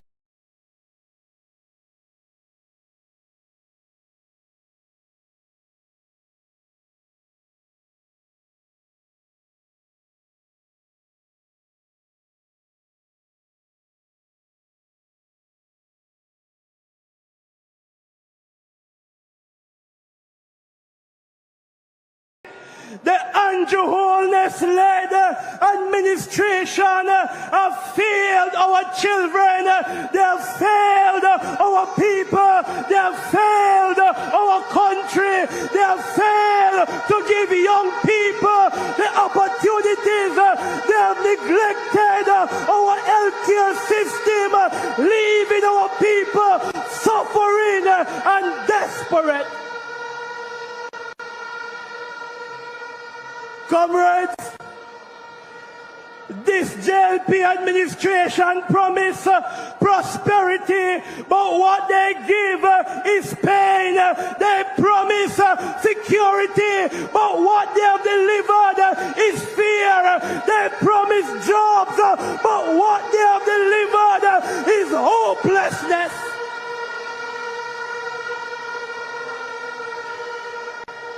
But comrades, the PNP and the Monks, Jefferson Golden, is not just ready to win. We are ready to lead with integrity. We are ready to restore Jamaica's promise. We are ready because Jamaica, your time comes.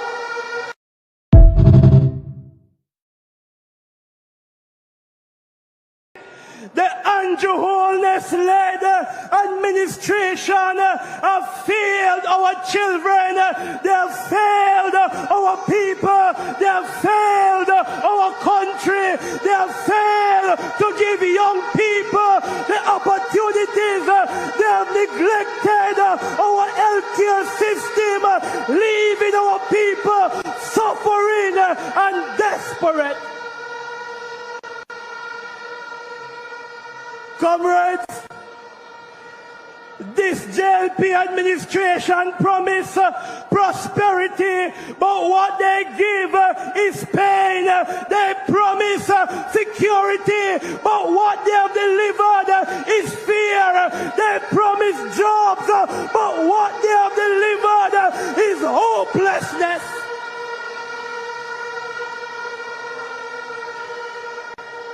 But comrades, the PNP and the Monks, Jefferson Golden, is not just ready to win. We are ready to lead with integrity. We are ready to restore Jamaica's promise. We are ready because Jamaica, your time comes.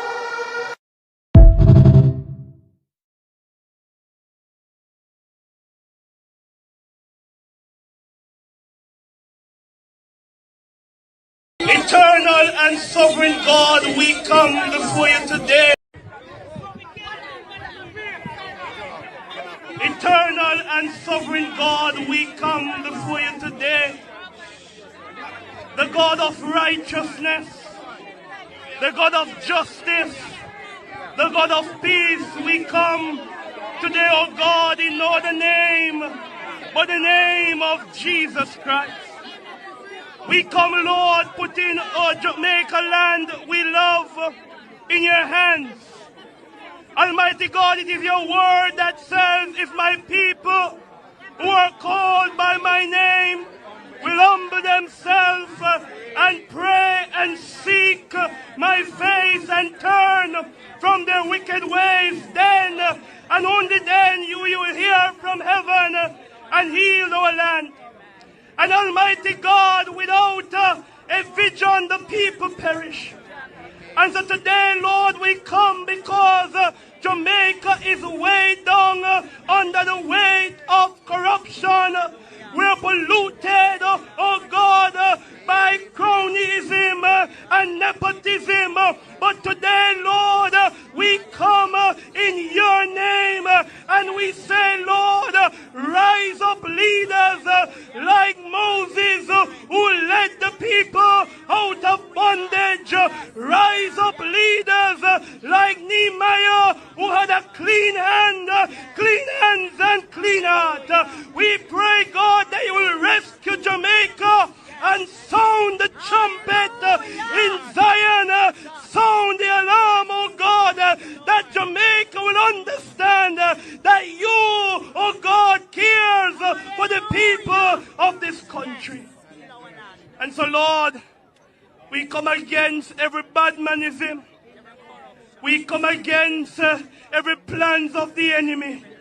And like David said in the wilderness, you come with spear and javelin, but the People's National Party come in the name of the Lord God of hosts, the army of Israel. In Jesus' name we pray.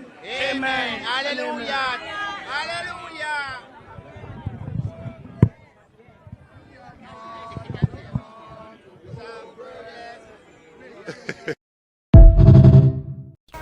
This government does not hear about your help. I hear the spirit of a little baby crying, saying, why didn't the people keep the Labour Party government in? If the Labour Party government was in, I would still be alive. I hear the spirit of the 18 babies that have died because of the incompetence of this government. 18 babies have died. She don't need to pass no law. She don't need to lock up anybody to demonstrate her real care and concern for the children of this. Viewers on TVJ International in the Cayman Islands and online at onespotmedia.com. We begin with a story we have been following all day. The amount of illegal ammunition. The Andrew Holness-led administration have failed our children. They have failed our people. They have failed our country. They have failed to give young people the opportunities. They have neglected our healthcare system, leaving our people suffering and desperate. Comrades, this JLP administration promise prosperity, but what they give is pain. They promise security, but what they have delivered is fear. They promise jobs, but what they have delivered is hopelessness.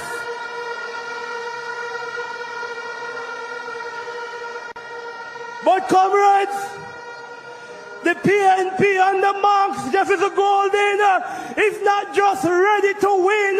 We are ready to lead with integrity. We are ready to restore Jamaica's promise. We are ready because Jamaica. Listen out for the hottest songs with MV's Top 3. Let's have some fun and win big prizes. Listen.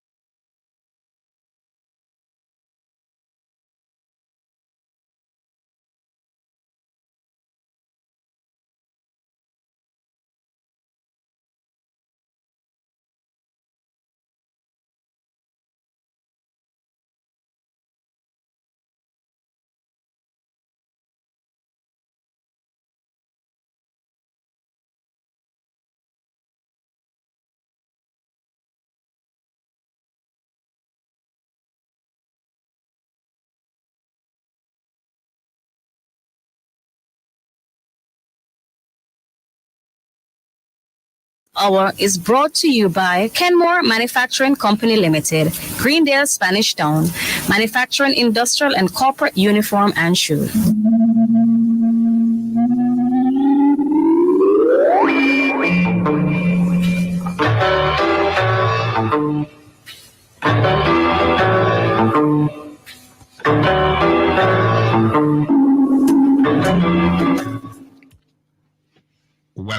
Welcome back to Straight Up right here and News Talk 93 FM.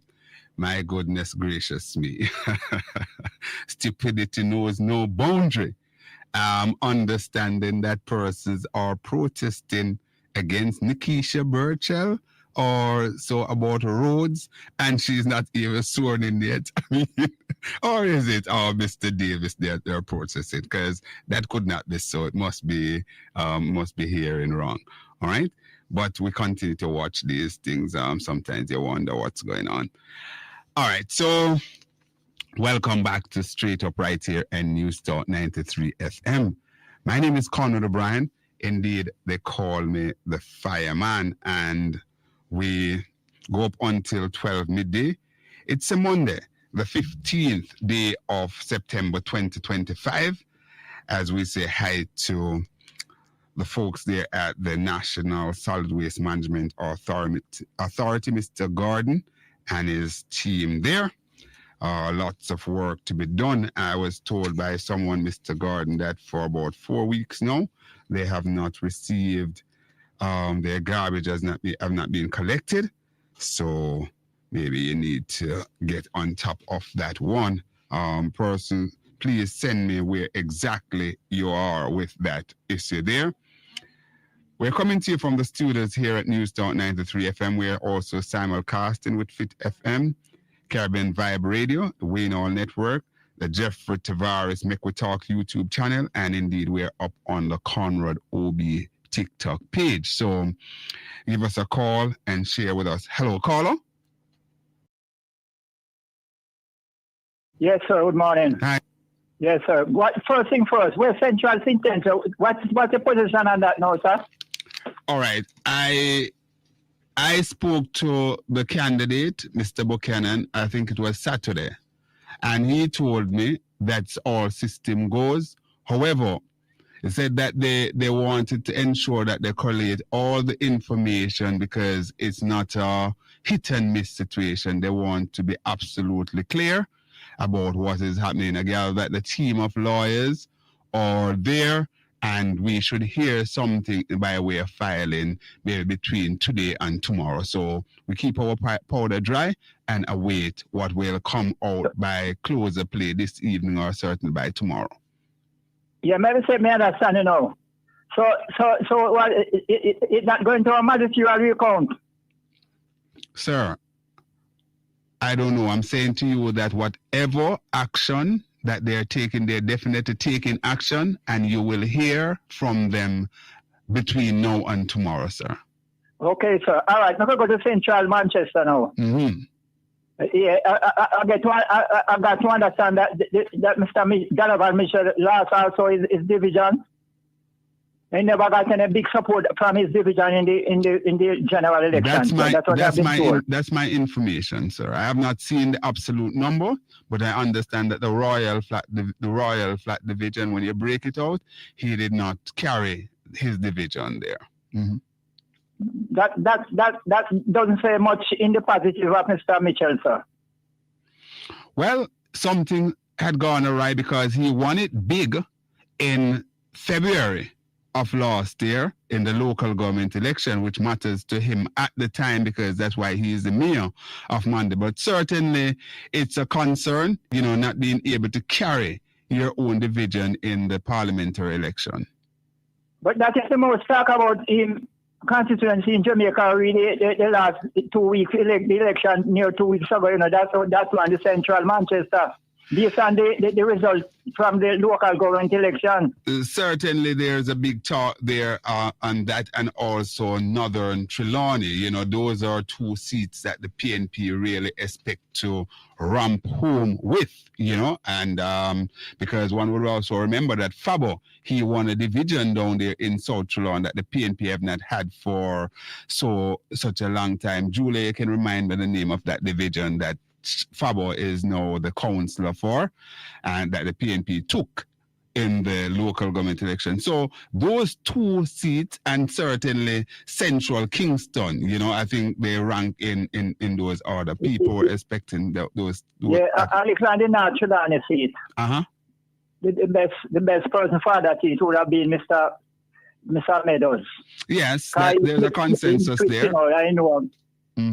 Probably you would have done a better job on that McNeil there. That's a definite consensus coming out there. What the utterances on the campaign trail, you have to understand the leadership of the party for taking such action. Yes, you would have been the better man down there, yeah? Absolutely, one understand that, and there is a discussion there that when you look at, you know, the infractions that would have committed by persons from the Jamaica Labour Party, and they retain those candidates still, but maybe the PNP has a different standard, so they, you know, that's par for the course. There's no joke. There's no doubt about the Labour Party throw up everything for the election here. So throw up in public taxpayers' money, resources for the Labour for the elections. All right. You know, Milton, there is something that I talk about. I talked about it in my opening commentary. Don't know if you had listened. It is something that I believe that has to be looked at, and civil society, you know, academia, everybody need to weigh in on this, media as well. It is certainly can't be right that even on the day of election, the party in government using state resources, doing obviously political ad, office coming from the office of the Prime Minister, the various state agencies and so on, you give the government of the day a definite advantage. And I think opposition and all the groups should come together now and say, listen, similarly, well, even before, but similarly where the ad for party, political ad, and 11:59, a day before the election, those ads coming from government agency and ministry should be cut as well. It gives a clear advantage to the government, and certainly the money, taxpayers' money should not even be spending in that way in the first place. Yes, sir. And interestingly, you know, Miss Jackson from JFJ, she had demanded Mark Golding to provide evidence. Where was she born and do? Jamaica? Nonsense, Mikel talking, and she know that too. Nonsense, she talking. Nonsense. Oh, she don't want to get no more beating from the Labour, right? So she had turned from PNP now. I don't know what she don't want or what she want, but certainly we must talk things that make sense. And this one, Mikel is way off the ball, way off the margin. Yeah, and she must drive around and say all of us know they improve road, improve this and they improve that. And she listen to news and the amount of ribbon cutting and this and that to coincide with the election. How will she deal with? I don't know, sir. Anyway, anyway, the ball is in the comrade court now, you know. So no bickering. We know say him and the average opposite him political party and the average political party in opposition is not such a united group, you know. You know that worldwide, not only in Jamaica, you know. Yes, I'm also. And the Labour Party, more than the PNP, is a stark example. All right.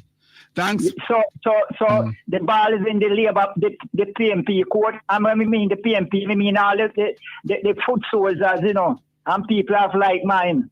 All right. United we stand, you know, divided we fall. And then I'm tell last week, sir, we are back at go at Mr. Holness, they come back, the Prime Minister, we are team. We are at square one in the car. They are outstanding negativity around him. It is still up front and close now, you know. Absolutely. All so right. We are not in any new dawning. All right, Milton. Thanks a lot. All you right. got yourself. Okay, you too. Let's continue to take the calls. Hello, welcome, caller. caller. Hi, good morning. I'm Conrad. Hi, how are you doing, John? I'm not doing bad. A couple things here. By the way, hold on, John, because how you view the results of the 19th general election? The JLP bought their freedom. Yes, that's all I have to say. The JLP bought their freedom. All right. Okay, go ahead. Yeah. The minister, the former minister, I don't know if we put him back as minister.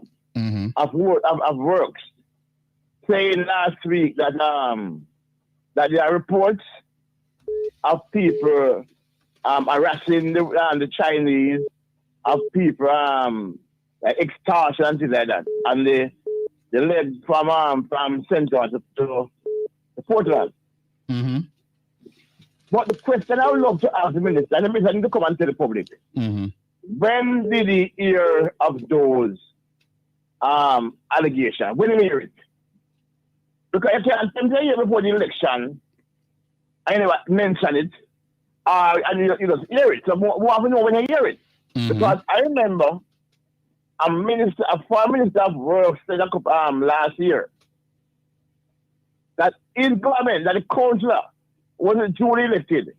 We're not getting a said from his government.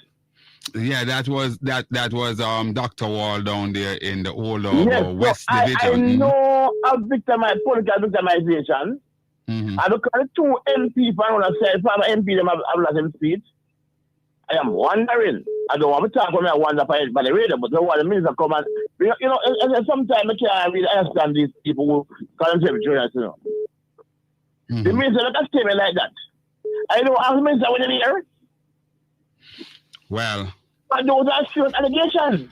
Well, certainly, maybe the person who was doing the reporting should have asked that question, sir. But it wasn't asked, so you're now asking it. And if I should get the opportunity to speak with Minister Morgan, Robert Nestor Morgan, I would ask him that question. But of course, he doesn't speak with me. he told me outright that he's not coming on the program. Himself and Matthew Samuda, both of them. Don't know if they will have a change of heart in this new dispensation. I hope so. The next target, just point my brother, last term on JLP. A lot of wasted money take place. Yes.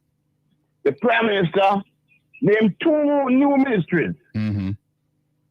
Because in that one ministry in the Jamaica House, with 5 ministers without portfolio. Billions of dollars over a period of time there that could have been used to do other things. The Ministry of Legal Affairs and Constitutional Reform, that can be an agency than the Ministry of Justice. Agree with you.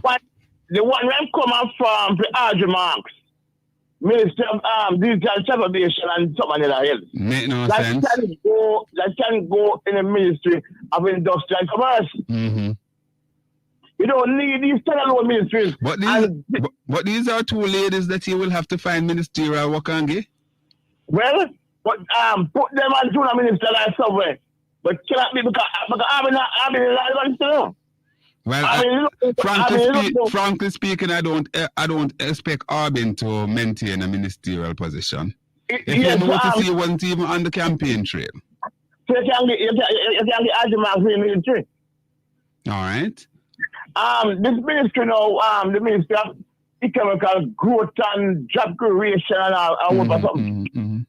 In the Andrew's term, the ministry, the country has not grown more than 1%. So that means that ministry has failed. Yes.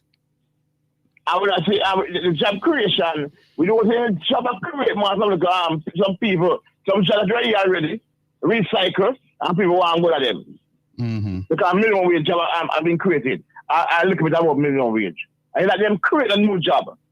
Because there was a new industry coming in. Since them coming, I see them Chinese store them, I see them BPO, I see them restaurant and things, and them to a low. We don't see them creating nothing new. Yes. So that ministry must be disbanded. And the president must know. But I am sad that the government will even 32 seats. But the opposition, I'm sure, will make sure every single dollar spent, the public must know. All right, John. Everything that's happening, the public must know. Okay. Okay, John. Let's see the work that will be done in the Parliament from both sides of the divide, from the government side and indeed the opposition side. It's now 28:35, a much closer Parliament that we're having this time around. The lines are open: 876-212-9824, 876-462-0919. That's 876-462-0919. Those are the numbers to call the program this morning. I also want to just say something and the whole business of the Senate. And I am talking primarily on the opposition side, but certainly it's something that both parties can really look at. On the government side, you have 13, so they'll have more to work with. And the opposition side, certainly, it's a much smaller number. They have 8. And as I said earlier this morning, my 4 first pick would be Lambert Brown, Donna Scott Motley, Sophus Fraser Binns, and indeed Professor Floyd Morris, right? And then, I expect that young Gabby will also return to the Senate. Think she will, so that would be 5 out of the 8. As it relates to, there was 2 clear vacancies. I hear people talking about someone like a Dennis Meadows. Dennis had been in the Senate before, under Bruce Golding. Will the party look at him? That is something I don't think so. I don't think so. While I would have no disagreement with him being there, I would have no disagreement, for example, as well with people like a Dr. Ryan Simpson being there as well. I wouldn't have issues with those. However, one has to be realistic. I don't think that they will be the persons that the party will look at to go there. But that said, everybody is jockeying for these 8 positions, these 8 senator positions. While my suggestion would be really that a number of persons who ran in the last local government election, in the general election rather, they should take a seat. I'm seeing somebody like Doreen Campbell over there in Portland, West Portland, who performed well against the odds, against Vaz, Darrell Vaz. I expect her to take a council seat. I know, and I think that Pat Moore will take one too. I also believe that Dr. Simpson, he should take one. I believe that a number of persons who, run as candidate should look at that. And I know that some of them may believe that it's above them, or it's beneath them rather, to offer themselves as councillor. Dr. Wall, who is a medical doctor of note, he took a local government seat after he lost the 2020 election. He is now the councillor for the Old Harbour West Division, and that in itself could have responsible for his great performance against Clifford Warmington, Everall, right? He performed exceptionally well against Clifford. First in a long time, any candidate have performed so well against Clifford. So therefore, it shows that you go in, dig your teeth in, get some political muscle there, so to speak, have a little money that you're able to spend by virtue of your salary, because you may not even depending on that salary because you would have been earning additional funding. All right, let's go to the final break. Sukom.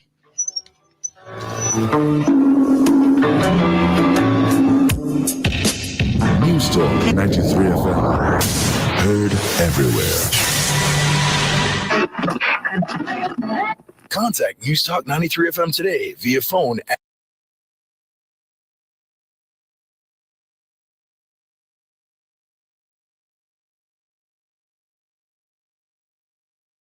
Please don't go anywhere. We're standing by to rejoin Conrad OBrian. It is now 12:28, 11:28 in Kingston, Jamaica. The final leg of Straight Up with Conrad OBrian. We're standing by to rejoin him. And at 7 p.m. US time, 8 p.m. Jamaica time, the Make We Talk Current Affair program will be on. We'll be speaking about, is Jamaica a true democracy? We'll also be speaking to movers and shakers of the political arena in our nation. So stand by for all of that as we come on air with our current affair program, the Make We Talk program.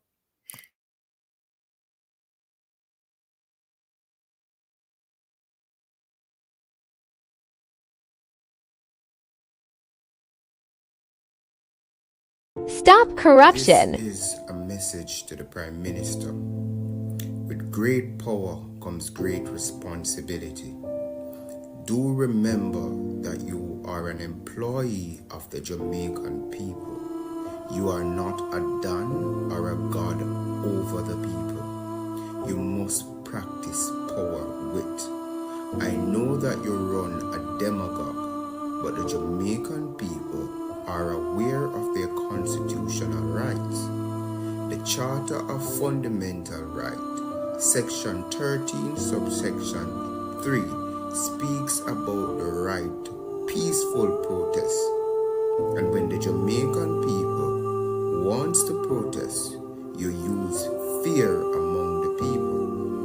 Remember, you're talking to the Jamaica Labour Party that boasts a lot of people who are ignorant and are very arrogant.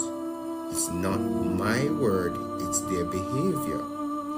Listen how they behave on the public scene, whether it be on TikTok, whether it be on YouTube or anywhere.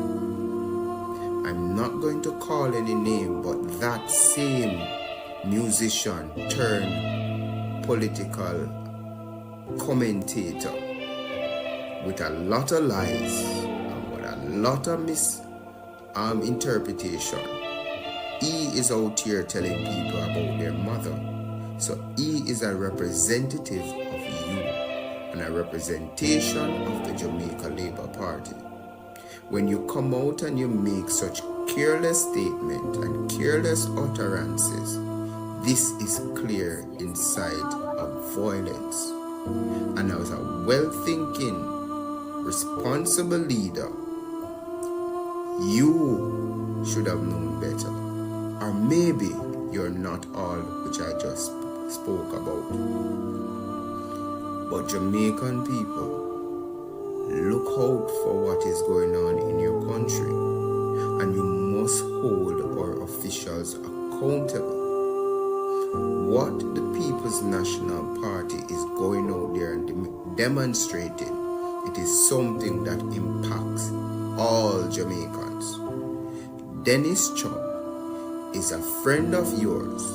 He has came out publicly and defended you when we heard that there is an investigation ongoing about your statutory declaration. There is a conflict of interest. That is nepotism. And the People's National Party have all right to flag that and look at that as a problem. Jamaica, we have a man who feels like he's above the law of the land. How can you govern the people when you don't follow the rules?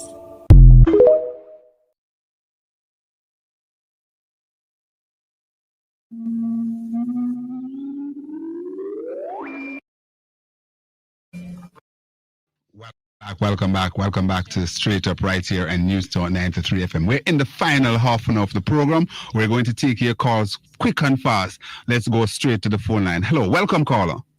Yeah, Conrad, morning. Good morning, how are you doing? Yeah, not so bad, and you? I'm fine, thanks. Yeah, man, my little contribution, we think the electoral offices need to be revamped, because if we only had 39 or the whereabouts percent of voters turn out for the elections, and we had so many delays right across the island. People are saying this and that, but the proof is there, man. We had delays all over. If we had a greater turnout, like say a 50 or a 55%, which I think there was, because I have been always cursing the Jamaican people and saying they won't come out and participate in the elections. But apparently, Jamaican people did. The widespread voter suppression is what caused this present situation we are in now, that we are going back with a government who is clearly not suited for Jamaica. The truth is that I am saying that whenever you have, something, for example, you sports, whatever, and you have a major fall up and so on, then the person at the helm should go. And that is why I am, without any water in my mouth, believe that Glasspool Brown should be relieved of his job at the Electoral Office of Jamaica. So. It doesn't have anything to do with, say, the PNP lose the election or the JLP one. I'm talking about just what we saw within the election, because clearly there were major problems from the Friday when the special voting took place. From that time, we saw the problem. And he is saying that it's a clear-cut thing and everything is not true. Book and everything is all right. That is what he is saying. Not true. You have people who went out and were unable to vote.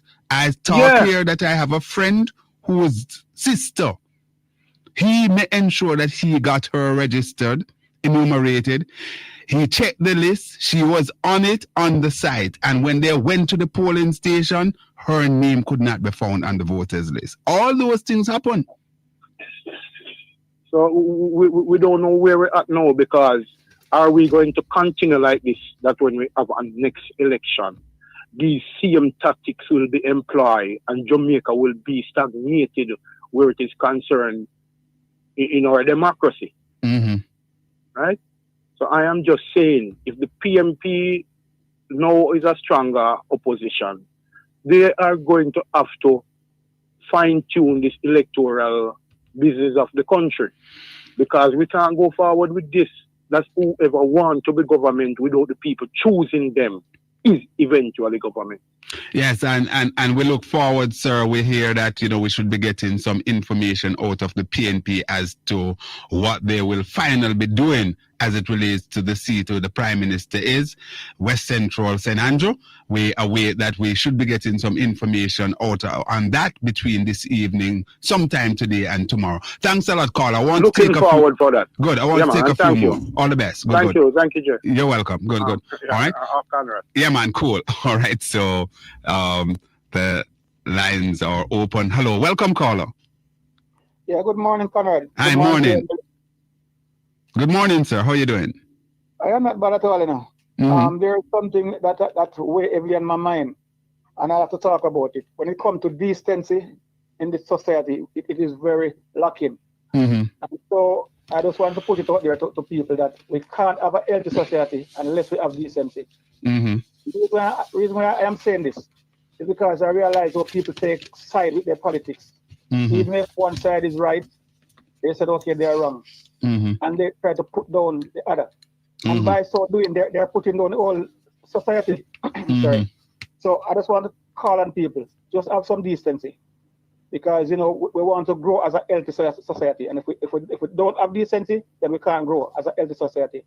That's my few words this morning. All right. Conrad, and listen to you and your listeners. Thanks a lot. You're onto something. You're absolutely correct. So right, it certainly wasn't bleaky for Oblique at all. Oblique, Kishane, and Jamaica's print dominance drought. And of course, it's about 10 years or so now since Usain Bolt hung up his spikes, and we have not been in the winner's enclosure. This time around, we end that drought. Madam Producer, you can end the call there. Still here, the call. You can just disconnect. All right, so we have that drought has been broken by Kishon, and of course they do it in fine style. They do it in fine style. We did it in fine style. Hello, caller. Caller, morning. Yeah. I'm hearing you. Yes, Al, go ahead. Yes. Conrad, I am on the road, and let me tell you something, Conrad. Talking to the people on the road. Yes. They are saying something to me that I don't like. Tell me. You see what has happened with Mr. Cameron, really the Commissioner of Police. Uh-huh. And I was talking to a couple people a while ago. Mm-hmm. And, you know, they are very, very much upset after the direction of how Mr. Cameron was treated. That Mr. Cameron has to remind the Commissioner of Police that he was voted for by the delegates. Right? And having voted for by the delegates, it's the delegates that he, as the leader, can get him out and can tell him that they no longer want him. And so the move by the Commissioner of Police was thrown out by the court because there was an injunction to prevent him from doing well, there's a stay of execution and it will be aired on the 8th. No, there's something that is troubling in Jamaica now, Conrad, and I want to say it because... Yeah, but you have limited time now, and we have callers who we have two callers. I watched the army expanded in Jamaica, and we're not at war. I watched the police force expanded, and we're not at war. And but we have to be fair. We were always short, and the number that we needed in the police force, I think the number that we're supposed to have is 14,000, and we were short. So we needed more police officer per capita of our population. So given that, Conrad, the reality of what is happening there, that there are people that is leaving the army and joining the force. Fine, okay. And that there are people who outside that it's called undetached that are joining the army. No. We watched the army just expanded. And I was with people within the army said to me, keep your eyes on the army because it is not about war. And I asked them what, and said it is about election. Because things might happen. 60 seconds, Al, please. Yeah, things might happen after the election and during the election that the army might be needed. And that's one of the main reasons. I am saying, Conrad, we have seen up before our eyes things that are happening and we refuse from admitting and saying that it is true. Let's leave it right there, sir, for today, Al. We pick up tomorrow. I have to take these other two that have been holding. Let's go to the other callers. Hello, caller. Morning, sir. How are you? Yes, comrade. How are you doing? I'm fine, thanks. And you? I'm not bad at all. I'm good. Great. When even after your party, although you gain 14 seats, you have not gained government. You're still good. Them must good. May have 2 million. They may have 2 billion. Me did have 2 million. They would have 2 billion. So where I'm going? When morality went dead, morality dead.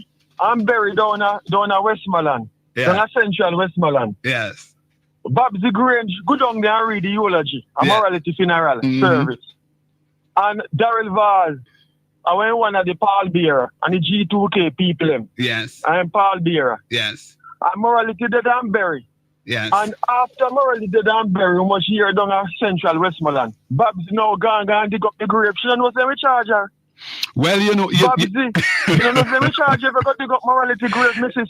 Minister Grange. You're classic. You're classic in your analysis, comrade. Because when I saw this morning, and I heard the Mrs. Grange, and by extension the Labour Party, making mention of Mr. Scott. I wonder, and I said, my God, where is the moral authority? These people went out, they backed George Wright, Christopher Tufton, everybody, all the women in the Labour Party even went and formed a circle around George Wright. Mr. Sir, me go to funeral every week. Me love funeral, me love funeral, me love funeral. Me never see so much female pallbearer yet. At the first we see so much Anne Maria pallbearer, Tova pallbearer, but well, Babs did the eulogy.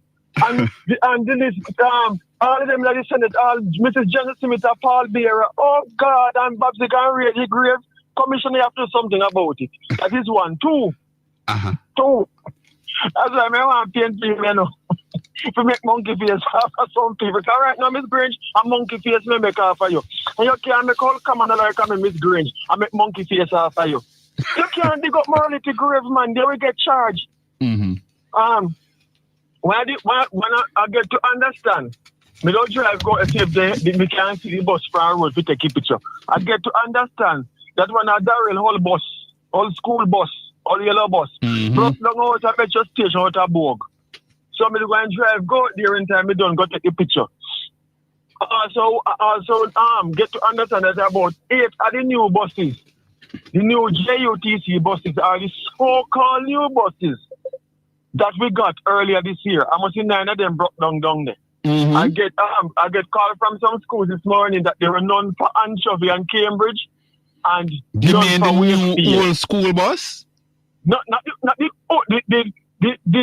the Daryl, one of the Daryl all one broke down there. The all one them from America broke down there now. Down a mobile metro.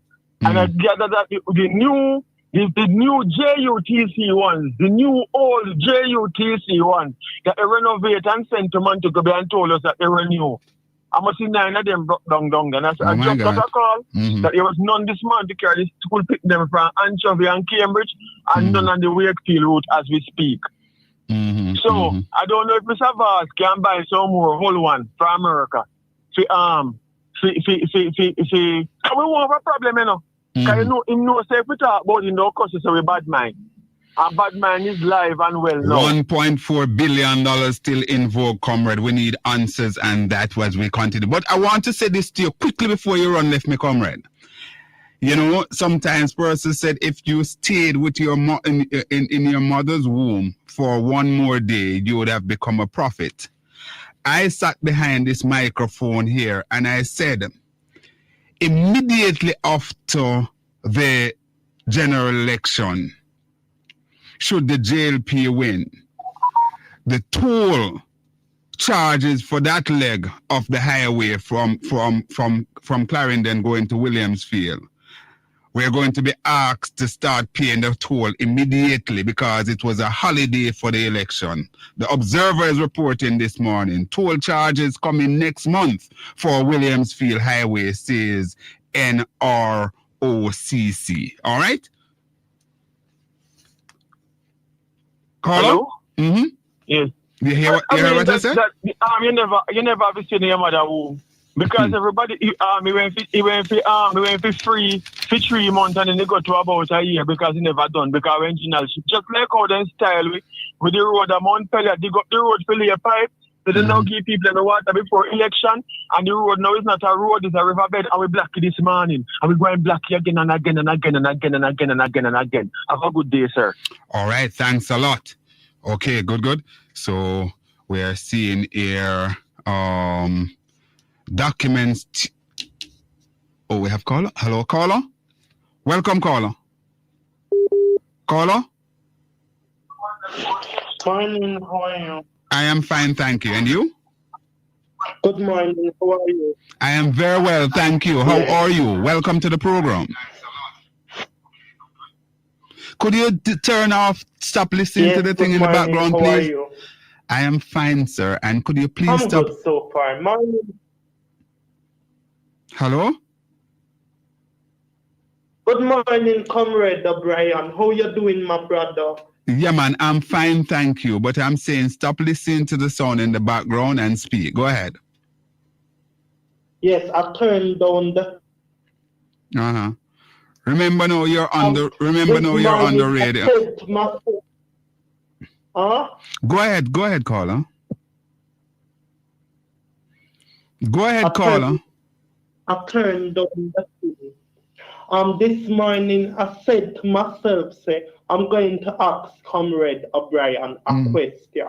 I want to talk about the Disabilities Act in Jamaica. I have a very interesting question to ask you, my brother.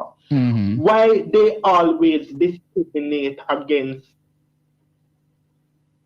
persons who don't want to access wheelchairs in schools? Why they don't want to be associated with disabled people? Well, let me say this, and I'm really deeply saddened that in 2025 Jamaica, we're having discrimination against people with disabilities, because certainly the Disability Act was passed, I think, back in 2014 or so, you know, and we expect that we'll be much further along the trajectory as it relates to us accepting our brothers and sisters, however differently able they are. But it's one of those things, sir, we're in a society that is somewhat backward, and it is certainly coming from even a point of view where we don't understand that today you could be full-bodied, fully able, and tomorrow you could be disabled by way of even a simple accident. So it is sad, and I think that the government, for example, should basically ensure that it is mandatory for all business places, whether big or small, to be outfitted with ramp and so on. And we saw even the other day, with the debate staged by the Debating Commission of Jamaica. You know, we had the first one without somebody, without a sign language person. And that was in itself was a disgrace, because if we could see the national debate go on without a sign person, it just goes to show the disregard that we have for people in the disabled community. I don't know if I can answer you any better than that, sir. All right, so thanks a lot. Thanks a lot. You have anything else you want to say? Yeah, you have anything else you want to say to me? Yes. Go ahead. I would yes, my brother. Yes. I would really like the government to build a lot of schools for persons with disabilities. I agree with you. Disabled, they are human beings, and some parents would abuse their disabled children, you know. Some parents would call them names and, you know, whatever. One more question. Those parents are insecure, but one question I would like, my brother, people are so insecure. Why some people don't have no insecurity? No security. Well, okay, all right. I will answer those questions. Thanks a lot. Thanks a lot for your questions. All right. Well, as it relates to why some people are so insecure, because they have a lack of confidence in themselves in the first place. That's one. And you mentioned that you'd like to see the government build a lot more schools for persons with disability. I believe that in the first place, it's not about building a lot more school for persons with disability, because of course, people like the late Professor John Golden, you know, he started the whole business where we incorporate people with disability into regular schools. You know, we're seeing where a lot of people with disabilities, they're on campus as students and so on. So what we need to do is to ensure that the schools that we have, since he's talking about school, although we can expand the discussion to buildings generally, but our schools, we need to have them outfitted with more facilities, so we can basically, you know, facilitate persons with disabilities, persons who have to use braille, persons who have to use wheelchair, etc., etc. There's also another layer that we need to do to ensure that we do the regular testing of our students, whether it will be their eyesight or their hearing, so that they can basically participate in the teaching and learning process within the school in a more fulsome way. Don't know if we can probably take one more. If you call quick, we can take one more. All right. But here in the Observer, very, very lovely pictures here in the Observer. Jamaica fans among shining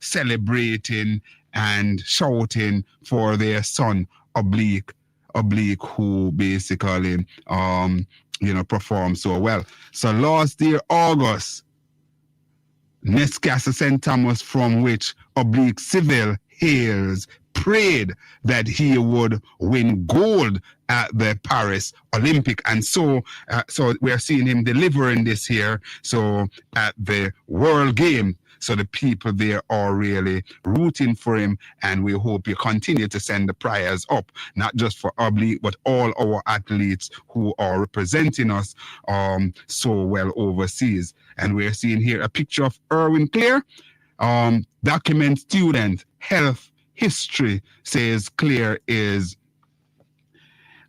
in wake of athlete's death. So New York, USA, Irvin Clare, former founder of Team Jamaica Bickel, and he's talking about that athlete that basically died. So we're going to take one for about 2 minutes, all right? For about 2 minutes, all right?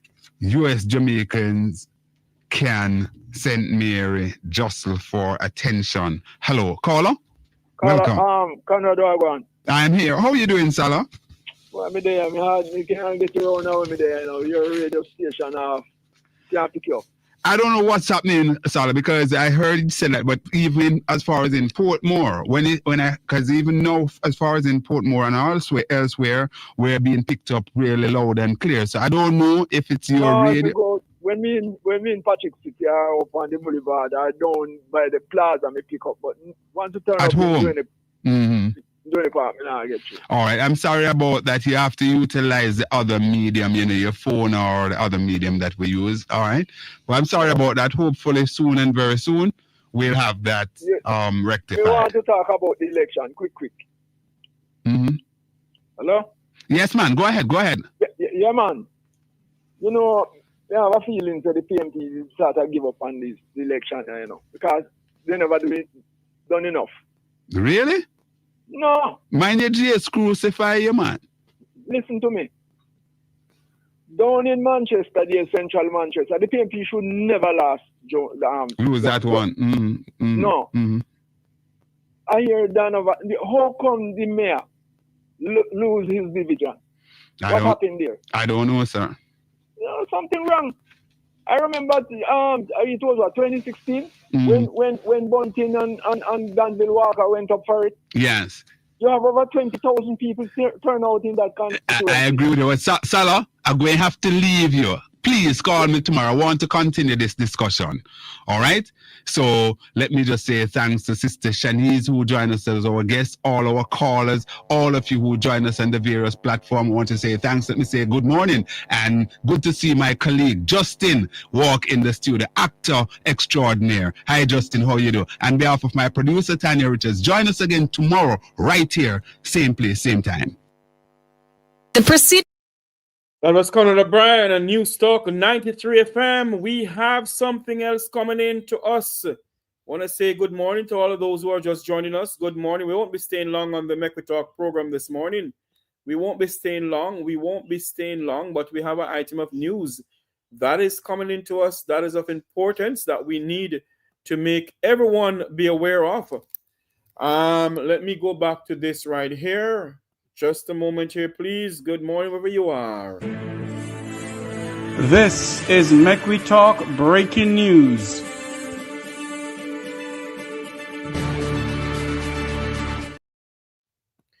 An item of news just coming into us.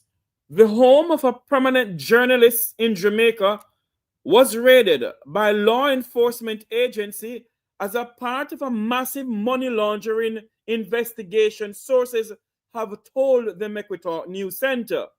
That's the home of a prominent journalist was raided by law enforcement agencies as a part of a massive money laundering ring. Investigators close to that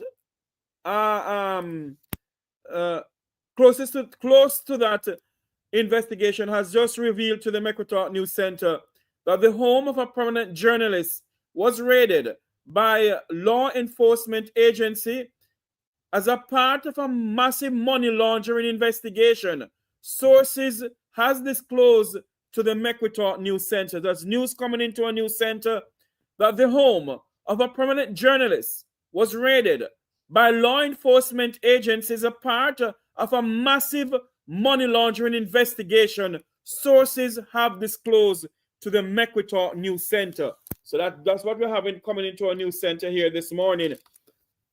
That a well-known journalist home has been raided by law enforcement. This has been Make We Talk breaking news. This is Make We Talk breaking news.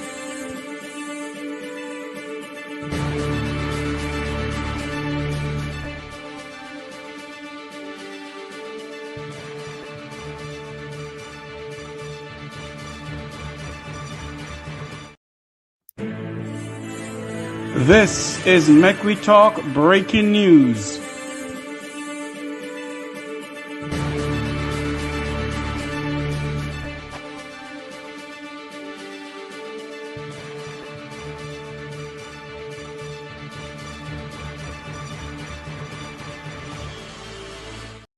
For those who are just joining us, we're having some news coming into us. The home of a prominent journalist was raided by law enforcement agencies as a part of a massive money laundering investigation, sources have disclosed. That's the home of a well-known journalist in Jamaica was raided by law enforcement agencies as a part of a massive money laundering investigation. We're being told that the National Commercial Bank stocks is a part of that investigation too. The name of the journalist has not been disclosed.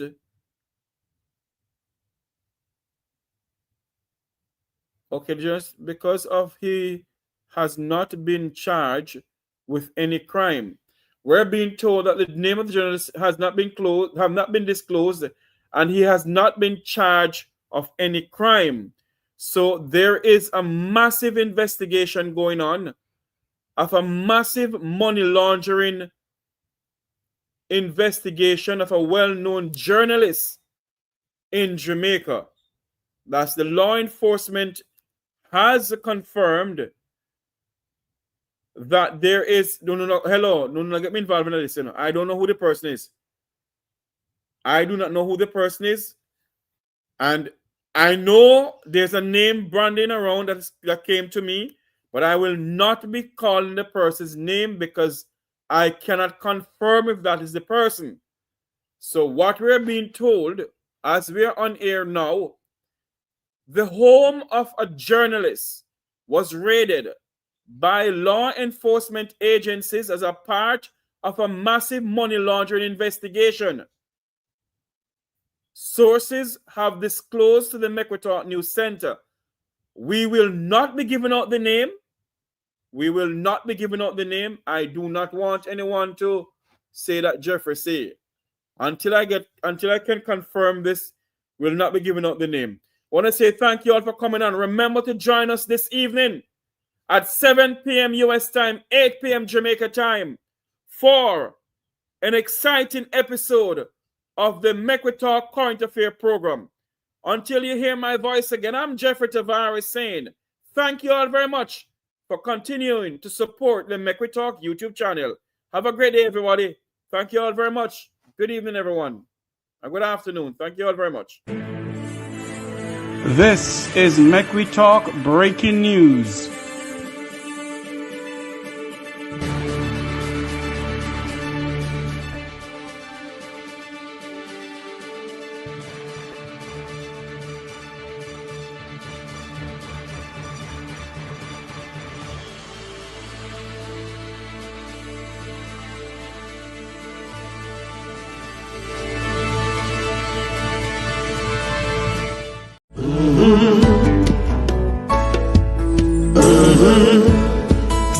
When the game gets rough and this life just seems so tough, make we talk, my people, make we talk.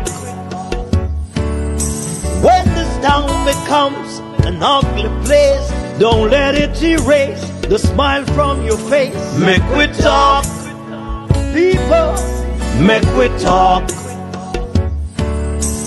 Conversation is the key, a guiding light for you and me.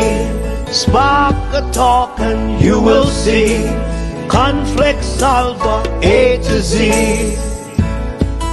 World leaders master the art of self-defense just by talk. So people, make we talk. Hey, we're living in a world that on ourselves we must depend. Make we talk.